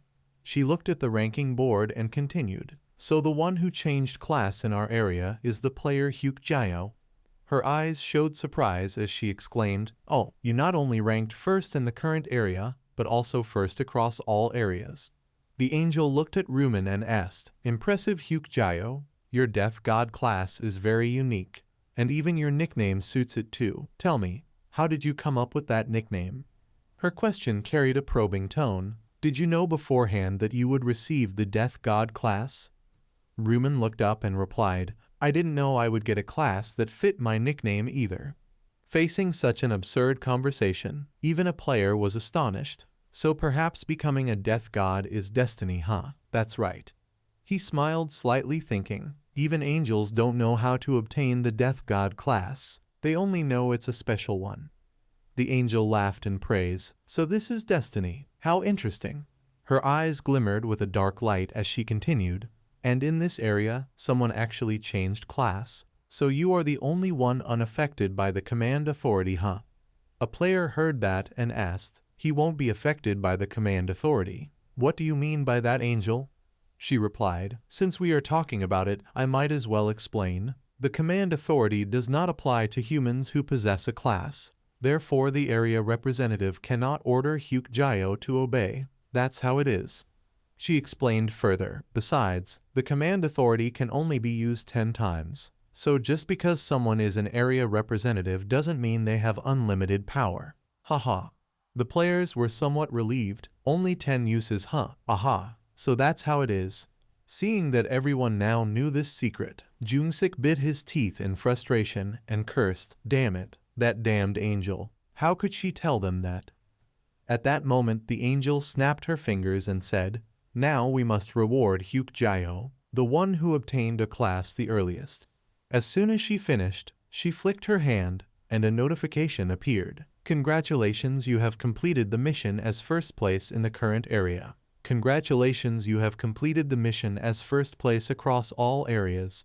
Right before Rumen, several reward items appeared. You have received the first place reward for the current area. Choose low-grade rare armor. You have received the first place reward across all areas. Choose special reward. Please choose one of the following rare armors. Reward. Choose the reward you desire. Medieval warrior metal armor. Professional hunter leather armor. Breathable mage cloak. Without hesitation, Rumen immediately selected professional hunter leather armor. No need to think. The first choice was too heavy, and the third had almost no defense at all. After choosing that reward, one final reward remained. Please choose one of the following special rewards. Reward. Choose the reward you desire. Triple experience effect. Applies to round 3. 3,000 gold. Information about round 3. Hearing that, he thought, since round 3 has many monsters. Thinking that, He immediately clicked the first choice. Of course I need triple experience. After finishing his reward selection, Rumen's body slowly faded as he returned to the real world. All right, all rewards have been distributed. The angel reminded. Everyone may return now. The next round, round 3. Yeongmin sat there anxiously speechless. She continued, "It will be very interesting." Her eyes flashed with anticipation, lips curling into a smile. "I guarantee it."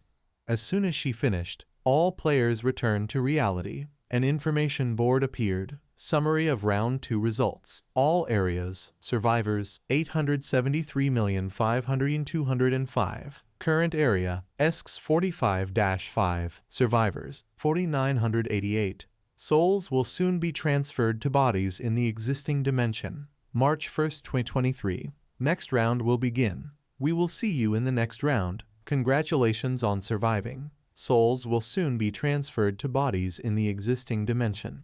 At that moment, lying on his bed, Yeongmin woke up terrified with a pale face. Without hesitation, he raised his hands to examine them carefully. Seeing both arms intact without a single scratch, he sighed in relief. "Ha, my hands are fine, just as I thought. As long as I don't die, when I return my body stays intact."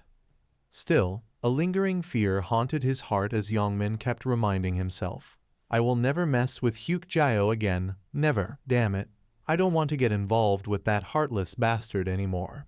Scene shifts to Erin's luxury apartment. Sang-chul said, "You've had a hard time, Erin." She replied, "What have I done? You're the one who suffered it all." Looking at him, she smiled gratefully. "Thank you for protecting me." Hearing that, Sang-chul awkwardly averted his gaze. I'm your manager and bodyguard. It's only natural." Then Erin remembered something and asked, "I also want to thank Hyuk-jae again. Is there a way?" He replied, "We don't know his real appearance, so there's no way to find him. Seems Hyuk-jae doesn't want his identity revealed." Erin asked again, "He doesn't want to." Sang-chul continued, "Remember I asked him for his bank account to compensate him, but he refused immediately." From that, he deduced, Hyuk-jae knows that using a bank account could reveal his real identity. He smiled and asked Erin, "If you want to thank him, why not wait until the next round and give him an item?" Hearing that idea, she found it reasonable. Good idea. I must find a proper way to repay him." Seeing it was getting late, he said goodbye, then rest for today. "See you tomorrow," Erin replied. "Yes, goodbye." Inside the elevator, as Sang-chul was heading down, a phone call came in. He quickly answered respectfully, "President Ma." The voice on the other end replied, Director of Department on Sang-chul." He said, "You're still awake, sir?" The other replied, "I just got home, had some whiskey." Suddenly remembering something, Sang-chul said, I saw the results summary, sir. Congratulations on changing your class to Dark Knight." The other replied, "Nothing worth congratulating. Did anything happen on your side?" He answered, "CO Erin and I only reached level 8. We got injured and couldn't keep hunting." The other exclaimed, "Injured?" Outside the parking garage, Sang-chul walked while reporting, "Actually, I was about to report this matter to you, if it's convenient." He added, "It's related to Hyuk-jae." Hearing that name, Jong-glok immediately urged, "Come to the hotel. I'll hear it directly." Sang-chul replied, "Yes, sir. I'll be there in 20 minutes." After finishing the call, he got into his car and drove away, unaware that behind a pillar someone was secretly listening. The mysterious person hiding behind the pillar watched the car fade away. It was none other than Rumen. He had been waiting there beforehand, just as I thought. He's heading to Jong-glok. 10 minutes earlier, when Rumen returned to the real world, Ryu-1 was sound asleep, unaware of anything. He looked at the system board and used his new skill. The system displayed, "Please think of the target you wish for. Picture their face and say their name." Rumen thought, "On Sang-chul." The system continued, "Name and face matched, locating target." After a few seconds, the system notified, "Target on Sang-chul located, distance 9 meters." Seeing that, Rumen muttered, He's quite close. Still on the upper floor of the penthouse, huh?" But just as he thought that, the distance gradually changed to 23 meters, then shifted to 56 meters. Surprising him, the position is changing. The farther it moved, 87 meters, the position is changing fast. He must be using the elevator. Where's he going this early? Then the answer popped into Ruman's mind. Could it be to Jongblock? Without hesitation, he put on his coat and headed out. Need to confirm. Back to the present, Ruman smiled, thinking, good thing I checked on him right away. At that moment dark clouds gathered covering the bright moon, the night sky swallowed by shadow. Standing atop a tall building, the man named Jongblock gazed at the moon and thought, tonight is a perfect night to track someone. Then he turned back inside. For now I'll hold off and hear the report first. Sitting down, Jongblock wondered, Hyukjayo, what player hasn't heard of him? The one who ranked first in both rounds 1 and 2. The more he thought, the more uneasy he felt. Something about that first place doesn't sit right with me. Thinking that, his fingers froze. Could it be he messed with one of my subordinates? If so, I can't just sit still. Provoking my right hand is no different from challenging me. Jongblock's pupils glimmered as he muttered, I won't let anyone stand in my way, no matter who they are, even if they're first place. A moment later, while he was still sitting deep in thought, suddenly the sound of knocking on the door made Jongblock freeze and glance outside. From beyond the door came a voice. Are you in there, sir, Mr. President? It is On Sangchul, sir, he replied. Yes, please come in. Seeing his capable right hand return, he stood up to greet him. Unit Leader On, very glad to see you again, Sangchul replied. Me too, Mr. President. He smiled, nodded, and continued. It is all thanks to you, Mr. President, Jongblock answered. I did nothing. We are not even in the same area. Hearing this, he bowed slightly. As long as you are here, I already feel full of motivation. Thank you, sir. Jongblock pointed downward, urging. You are good at flattery. Unit Leader On, please sit. He cheerfully denied. It is not flattery, sir. It is all true. Though it is a bit late. Congratulations on surviving. Jongblock interrupted. Surviving what? It is only round 2, like a baby candy game. Sangchul added, I also want to congratulate you on leveling up. He took a sip of liquor and answered, Not really, I just got lucky. Still not stopping there, Sangchul continued using fancy words to praise. They say luck is also a kind of skill, and being ranked 2nd and 3rd among all areas is not easy. It is the greatest honor of my life to serve someone like you, Mr. President. Jongblock quickly sensed something. He set his glass down and spoke. Hearing you flatter me to the sky like that, I guess you want something from me. He smiled and asked directly, Tell me, you have a question you want to ask me, right? Realizing his card had been revealed, Sangchul no longer hid it and replied, if so, can you tell me where you found the leveling up item? Jongblock shrugged and answered, Oh, nothing special. It just dropped while I was hunting monsters. He smiled, thinking, Actually, it was all thanks to the random rune, the Dark Knight rune that I got. Remembering that day, the angel had said, One last thing, say inventory and look inside. I have a gift for you. Jongblock's nickname in the game was Demon Lord. Hearing that, he followed the angel's words and thought in his mind, Inventory. An item appeared before his eyes. Dark Knight rune. Effect increases all stats and a dark aura will envelop your weapon. This aura can damage enemies. You can automatically become a Dark Knight, a special profession when you reach level 10.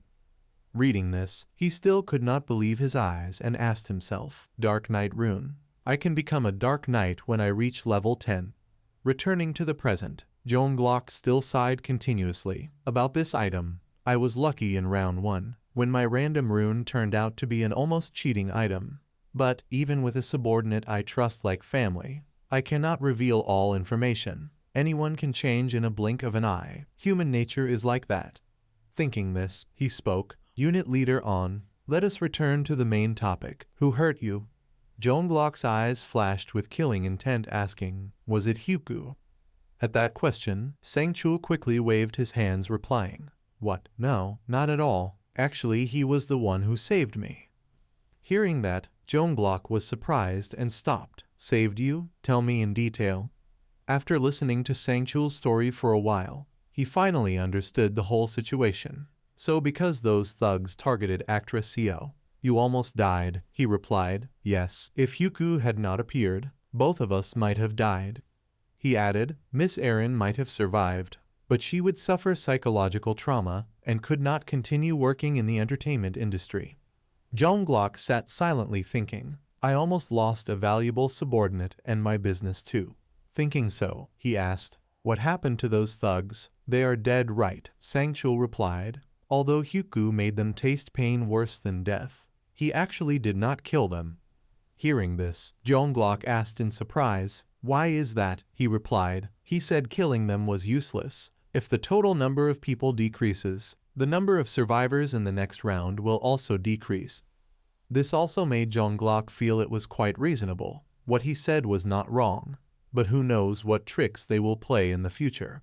But thanks to Hyuku, my subordinate and property are intact. It seems I owe him this time. Thinking this, he said, I should compensate him. Sangchul interrupted. I also mentioned that, but he said it was unnecessary and left immediately. Jonglok was somewhat surprised, thinking he refused to accept compensation. Afraid of revealing his identity perhaps, he is cautious too. With nothing else left to discuss, he reminded, if you meet him in the next round, please convey my thanks. I am truly grateful he saved 2 people. Sangchul replied, I will definitely tell him, Mr. President. He added, also keep an eye on him, see if we can help him somehow. You know I do not like owing anyone. Without hesitation, Sangchul bowed in agreement. Of course, I will do as you say. Before he could leave, Jonglok spoke again. I forgot to ask something important. His eyes flashed with killing intent as he asked, what were the nicknames of those thugs? At the same time, below the hotel building, Ryumin had followed the trail and arrived there. He thought, truly a loyal dog. Even this late he ran straight to Jonglok right after returning to reality.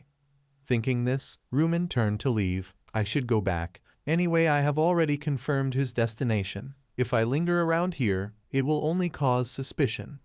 A celebrity sponsored by Jonglok living in the same apartment complex as me.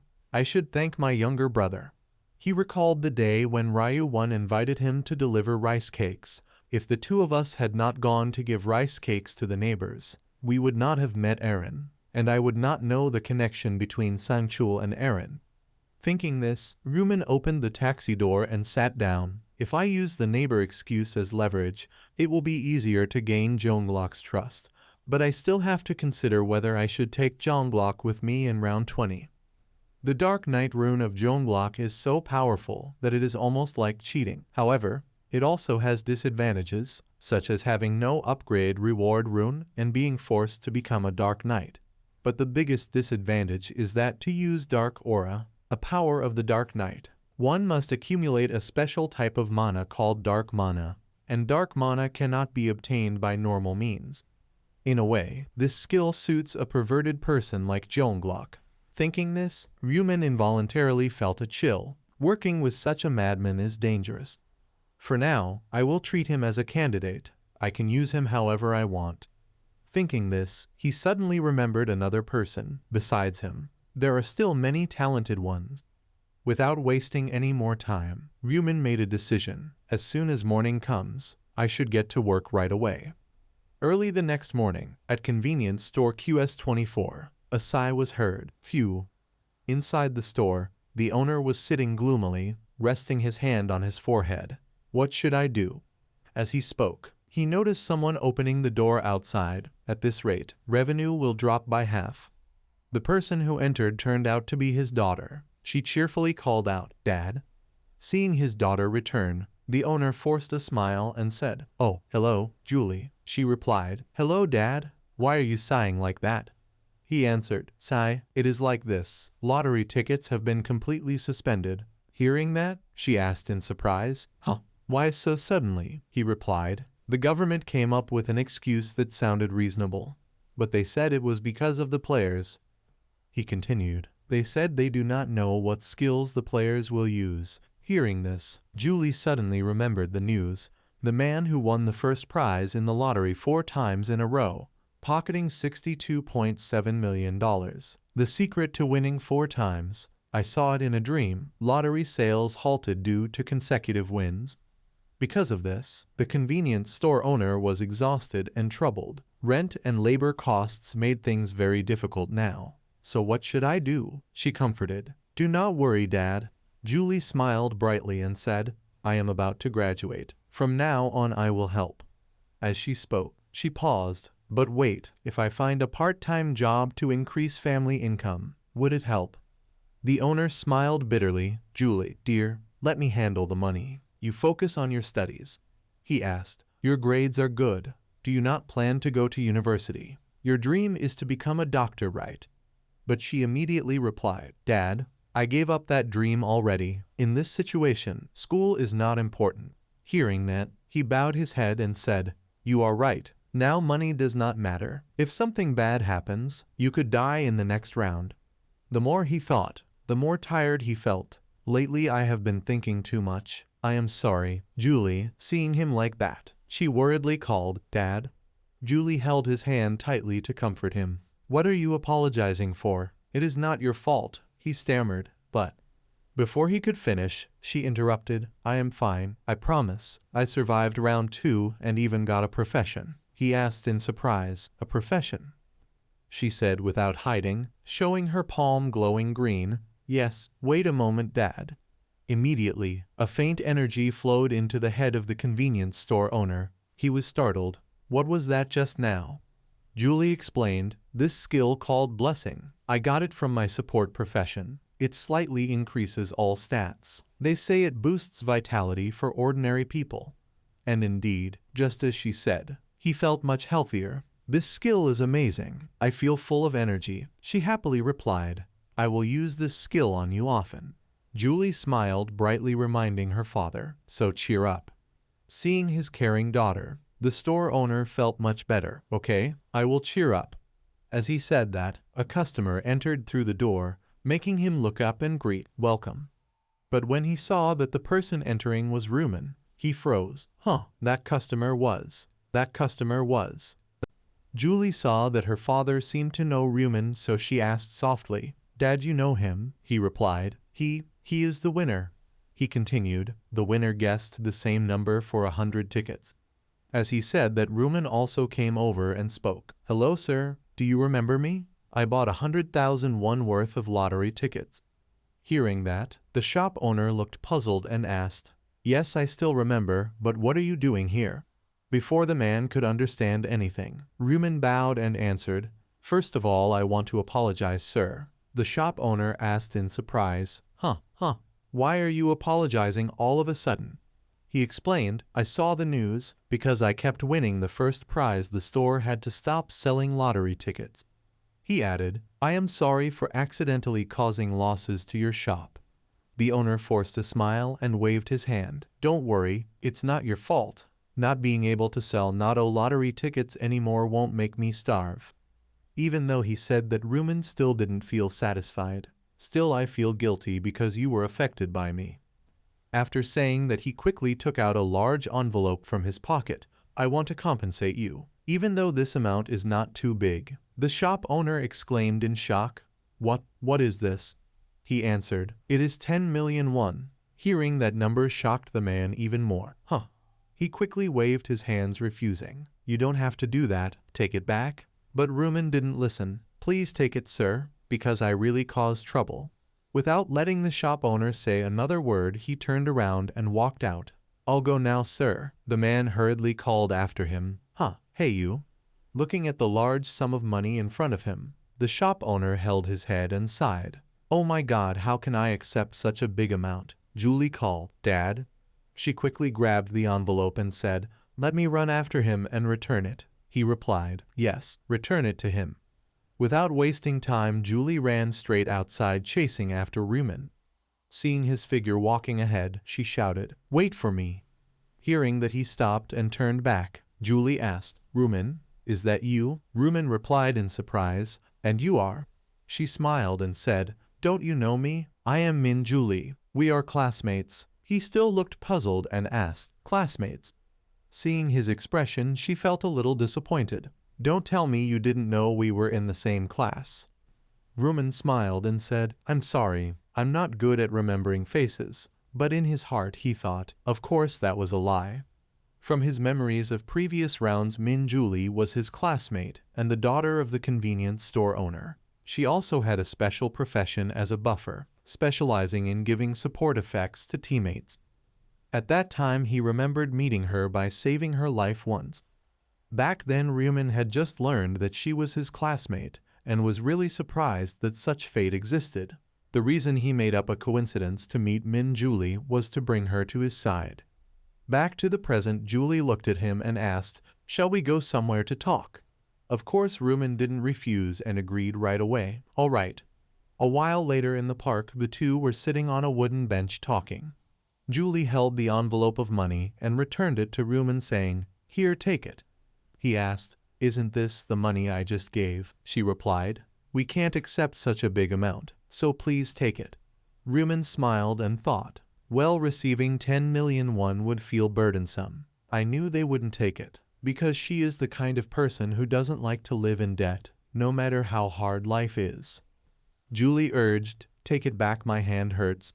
But he still firmly refused. "No," she exclaimed in surprise. "Huh," Ryumin explained. "I already told you this is the money I want to pay as compensation out of guilt. At least doing this will make my conscience clear."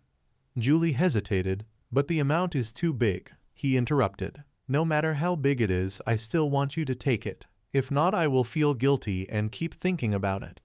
She replied, "Even so, it's too much, I feel heavy." Ryumin smiled, thinking, "That's exactly why I gave it to you." Then he said, "Tell the owner too. For me that money isn't much, just take it." Julie replied, "Are you always this stubborn? Why do you?" Before she could finish, Ryumin stood up and left. "We've finished talking, right? I'm going now," she called out. "Ah, wait. She quickly opened the envelope and took out some money. 10 million won is really too much, I'll just take 1 million, that's enough, right? But Ryumin refused. "Do you have the right to decide that? Go ask the shop owner," Julie replied. "But Dad surely won't feel comfortable with this money." He pretended to be surprised. "Dad, the convenience store owner, is your father?" Julie nodded. "Yes," he exclaimed. "Wow, I go there a lot. That's interesting." She gave an awkward smile. "I think so too. The Notto lottery winner is my classmate." Hearing that, Ryumin looked thoughtful and said, "Classmate." She continued, "But you really didn't know we were in the same class. The moment you walked into the store, I recognized you immediately." Ryumin smiled wryly. "Sorry, but I'm really not good at remembering faces." He asked again, "And this is the first time we've talked like this, right?" She replied, startled. "Yes." Julie's expression became gloomy. "So this is the first time you heard my name, right?" He comforted. "Yes, sorry." Realizing she had acted too naturally, Julie suddenly felt embarrassed and couldn't look straight at him, turning her face away. Seeing her like that, Ryumin felt a little guilty. "Although I feel bad for pretending not to know her, I have to do this to make her interested in me." Thinking that, she suddenly stood up and said loudly, "I told you earlier my name is Min Julie, I'm your classmate." She even pointed at her own face and said, "And this is my face now, remember it." Ryumin smiled brightly. "I will remember." Julie muttered, embarrassed. "Reality just slapped me in the face. What am I doing introducing myself to my classmate when we're about to graduate?" He said, "Well, at least now I know. After graduation, it's not like we won't stay in touch, right?" Not only that, taking the chance, Ryumin also asked for her phone number. "By the way, can I have your number?" Hearing that, Julie blushed and asked shyly, "My number?" He replied, "Yes." "Why? Asking a classmate's number isn't strange, right?" She quickly agreed, "Yes, give me that." As she typed her number, her eyes showed obvious nervousness. After saving the number, she handed the phone back to Ryumin. "Here." Before leaving, he added, "Meeting like this is fate, so let's keep in touch from now on."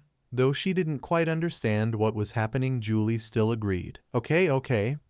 Then Ryumin said goodbye. "I'll go first, I have something urgent to do." She replied, "Yes." Suddenly remembering the envelope, Julie called out, Wait, the envelope." Before she could finish, he was already gone. "I still haven't returned it to him." But what surprised her even more was that Ryumin asked for her number. It was strange that he suddenly did that. "Oh no, my heart is beating too fast." Julie's cheeks turned rosy, her heart pounding wildly. Even though I know he only sees me as a friend, I like Rumen. She recalled the time back in school when she saw him being bullied by Youngmin's gang. No, we first met by accident. Seeing him being bullied, Julie took out her phone and called the police. Hello, police. She wondered to herself, was it because I felt sorry for him? Or because I was the one who called the police, so I felt responsible? I followed him to make sure he got home safely, but when she saw Rumen working part-time as if nothing happened, Julie realized he was stronger than he looked. From then on, she started to feel interested in him. But she didn't have the courage to talk to him. Just like that, her feelings for him kept growing, even to the point she didn't dare to get close to him anymore. Who would have thought we'd meet here? Remembering that, Julie felt secretly happy. Now I'm brave. This is a chance given by heaven. I can't pretend not to know him after receiving 10 million won. The more she thought, the more determined she became. Well, should I invite him to eat? The next day at Rumen's house. At that moment, he was sitting on the bed scrolling through his phone when suddenly a message came in. On the phone screen was a long chat. Have you eaten yet? I have a few things I want to say. Can we meet in Area 1? I will treat you to a meal. He replied, sure, I will pay. Julie interrupted. Let me pay. He laughed. Haha, I have a lot of money. She asked again. But I don't like eating for free like that. What do you want to eat? Rumen thought. As expected, she feels indebted to me. And now she even invited me to lunch. That's a good sign. If I get close to her naturally, it will be easier to make her my ally. Just like that, the meeting was arranged. Rumen stood up thinking, I will help Julie and bring her to round 20. A moment later, outside in the living room, seeing his brother about to go somewhere, Ryu-won became curious. He asked, brother, where are you going? Rumen replied, going to meet a friend. Hearing the word friend made him even more surprised. A friend, not a girlfriend, right? Rumen interrupted. What, can't your brother meet a few girls? Before leaving, he did not forget to remind, I will eat out. Don't skip your meal, okay? Ryu-won replied, yes. After his brother left, he still sat there frozen, unable to react. It really felt like a bolt of lightning struck Ryu-won. Impossible. Is he going on a date? The scene shifted to a steakhouse restaurant. Rumen and Julie met there. He asked, do you like steak? Hearing that, she shyly exclaimed, huh, what? Rumen asked again, do you like steak? Julie replied, ah yes, I like it a lot. He smiled and urged, then eat a lot. She nodded, yes, thinking to herself, I can't believe I'm having lunch alone with Rumen. What a lucky day. Just like that, the two ate in silence along with the gentle music. Facing this atmosphere, Julie felt suffocated. The air was getting awkward. I have to say something. Come on, be brave. Thinking that, she decided to speak first. How did you win the lottery so many times? 4 times in a row. Rumen replied, that, the ancestors gave me numbers in my dreams. I'm really lucky, huh? She exclaimed, in a dream. Wow, so how much have you earned from that dream? He laughed. Seems like I won't have to worry about money for the rest of my life, though I still have to worry about staying alive. Julie asked again, oh right, I'm really curious. How was your first trial? Killing goblins must have been hard, right? Rumen answered, it took quite a lot of time. She continued, which area were you in? He took a sip of water thinking, can't remember. Just remember the last number was 5. Julie smiled with a bit of regret. Mine ended with 7. Such a pity. So we didn't get to meet.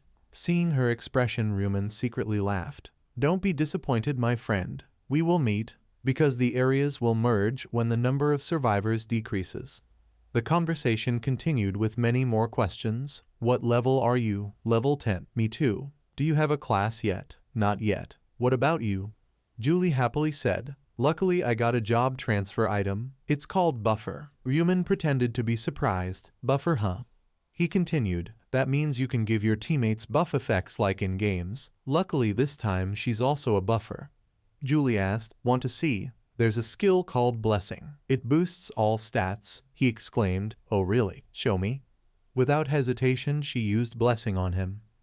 The system displayed, Blessing has increased all your stats by 50%. Blessing duration 2 hours 59 minutes 59 seconds. Seeing that Rumen was surprised, as expected of a special class. The effect is really good. The skill's effect will double when she reaches max level, meaning stats will increase by 100%, but only when she reaches max level. Impressive. Luckily she buffed me. This was my main goal from the start.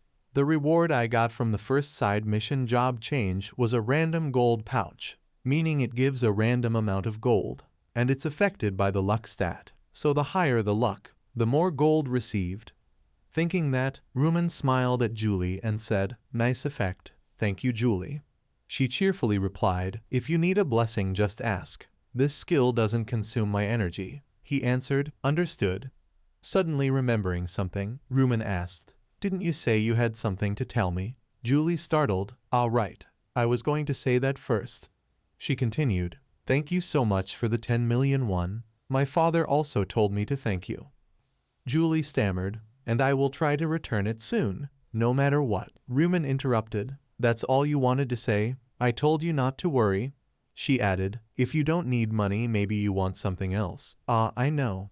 Without hesitation, Julie took out an item and handed it to him. "Take it." Rumen asked, "What's this?" She explained, "I got it while hunting. If you don't need money, then at least take this. It's my token of gratitude, so don't refuse."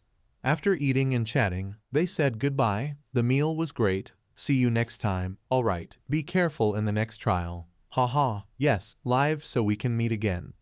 On the way back, Rumen didn't go home yet but headed to a quiet park. Then he thought, inventory. Immediately the item Julie gave appeared with its description. Violet mana crystal, low grade, property type. Description: a beautiful purple stone filled with delicate mana. Basically a gem that can be socketed into items to increase stats. He thought, who would have thought I'd get something like this from her? Thinking that, Rumen took the item out to examine it. Just from the short description, it's hard to know what it really does. But once reaching level 21 we'll realize how rare it is. The combination feature unlocks at level 20, allowing players to merge a weapon with a magic crystal. It can also be upgraded. There are 7 colors of magic crystals: red, orange, yellow, green, blue, indigo, purple. Red is attack, orange is strength, yellow is luck, green boosts agility, blue boosts intelligence, indigo reduces received damage, and finally the violet mana crystal is the rarest of all, with a very low drop rate and boosts all stats. Thinking that, Rumen felt lucky. I'm really lucky to get one. Suddenly remembering something he said, "Ah, my luck stat in reality is really high, huh?" Seeing the blessing duration left 30 minutes and 58 seconds, Rumen decided, I'll use the magic crystal when I reach level 20. For now I should open the gold pouch before the buff ends. Wait. Then he reached into his pocket and took something out. I need to increase my stats with the butcher's rune first. In the bag Rumen took out were 100 mealworms. The butcher's rune increases stats by 1% for each target killed, and it counts insects too. As long as it's a living creature it counts. Without hesitation he threw the bag to the ground. In the other world there are no insects, so I have to hunt monsters. Luckily I'm in reality now. Before killing the worms, Rumen said, "Sorry." After he finished, a series of messages appeared. Number of kills 45 out of 100. All stats increased by 45% due to Butcher's rune effect. Number of kills 67 out of 100. All stats increased by 67% due to Butcher's rune effect. Number of kills 100 out of 100. All stats increased by 67% due to Butcher's rune effect. He called in his mind. Status window. A panel appeared. Name Rumen, alias Black Hook. Rank Apprentice, level 16. Class Reaper. Title, Last Traveler. Hidden. First Godslayer. Hidden. Strength +9. Intelligence +9. Agility +63. Luck +45. Stat points 0. He thought, my 15 luck points have become 45. This should give a good result. Not wasting any more time, Rumen quickly called inventory, random gold pouch, consumable, rare, effect, grants a random amount of gold from 1 to 999. Must be used before the next round starts. Rank requirement above rookie. A limited item given to the first job changer. Disappears automatically when the next trial begins. Affected by luck stat. My luck stat has reached the highest level. Okay then. Ryumin tossed it into the air saying, use. He wondered nervously, how much will I get? Even with the same stats, the gold amount differs. Based on my luck, so far I should get around 3,000 to 6,000 gold. But when the pouch opened, the sight shocked Ryumin. His eyes widened. Huh,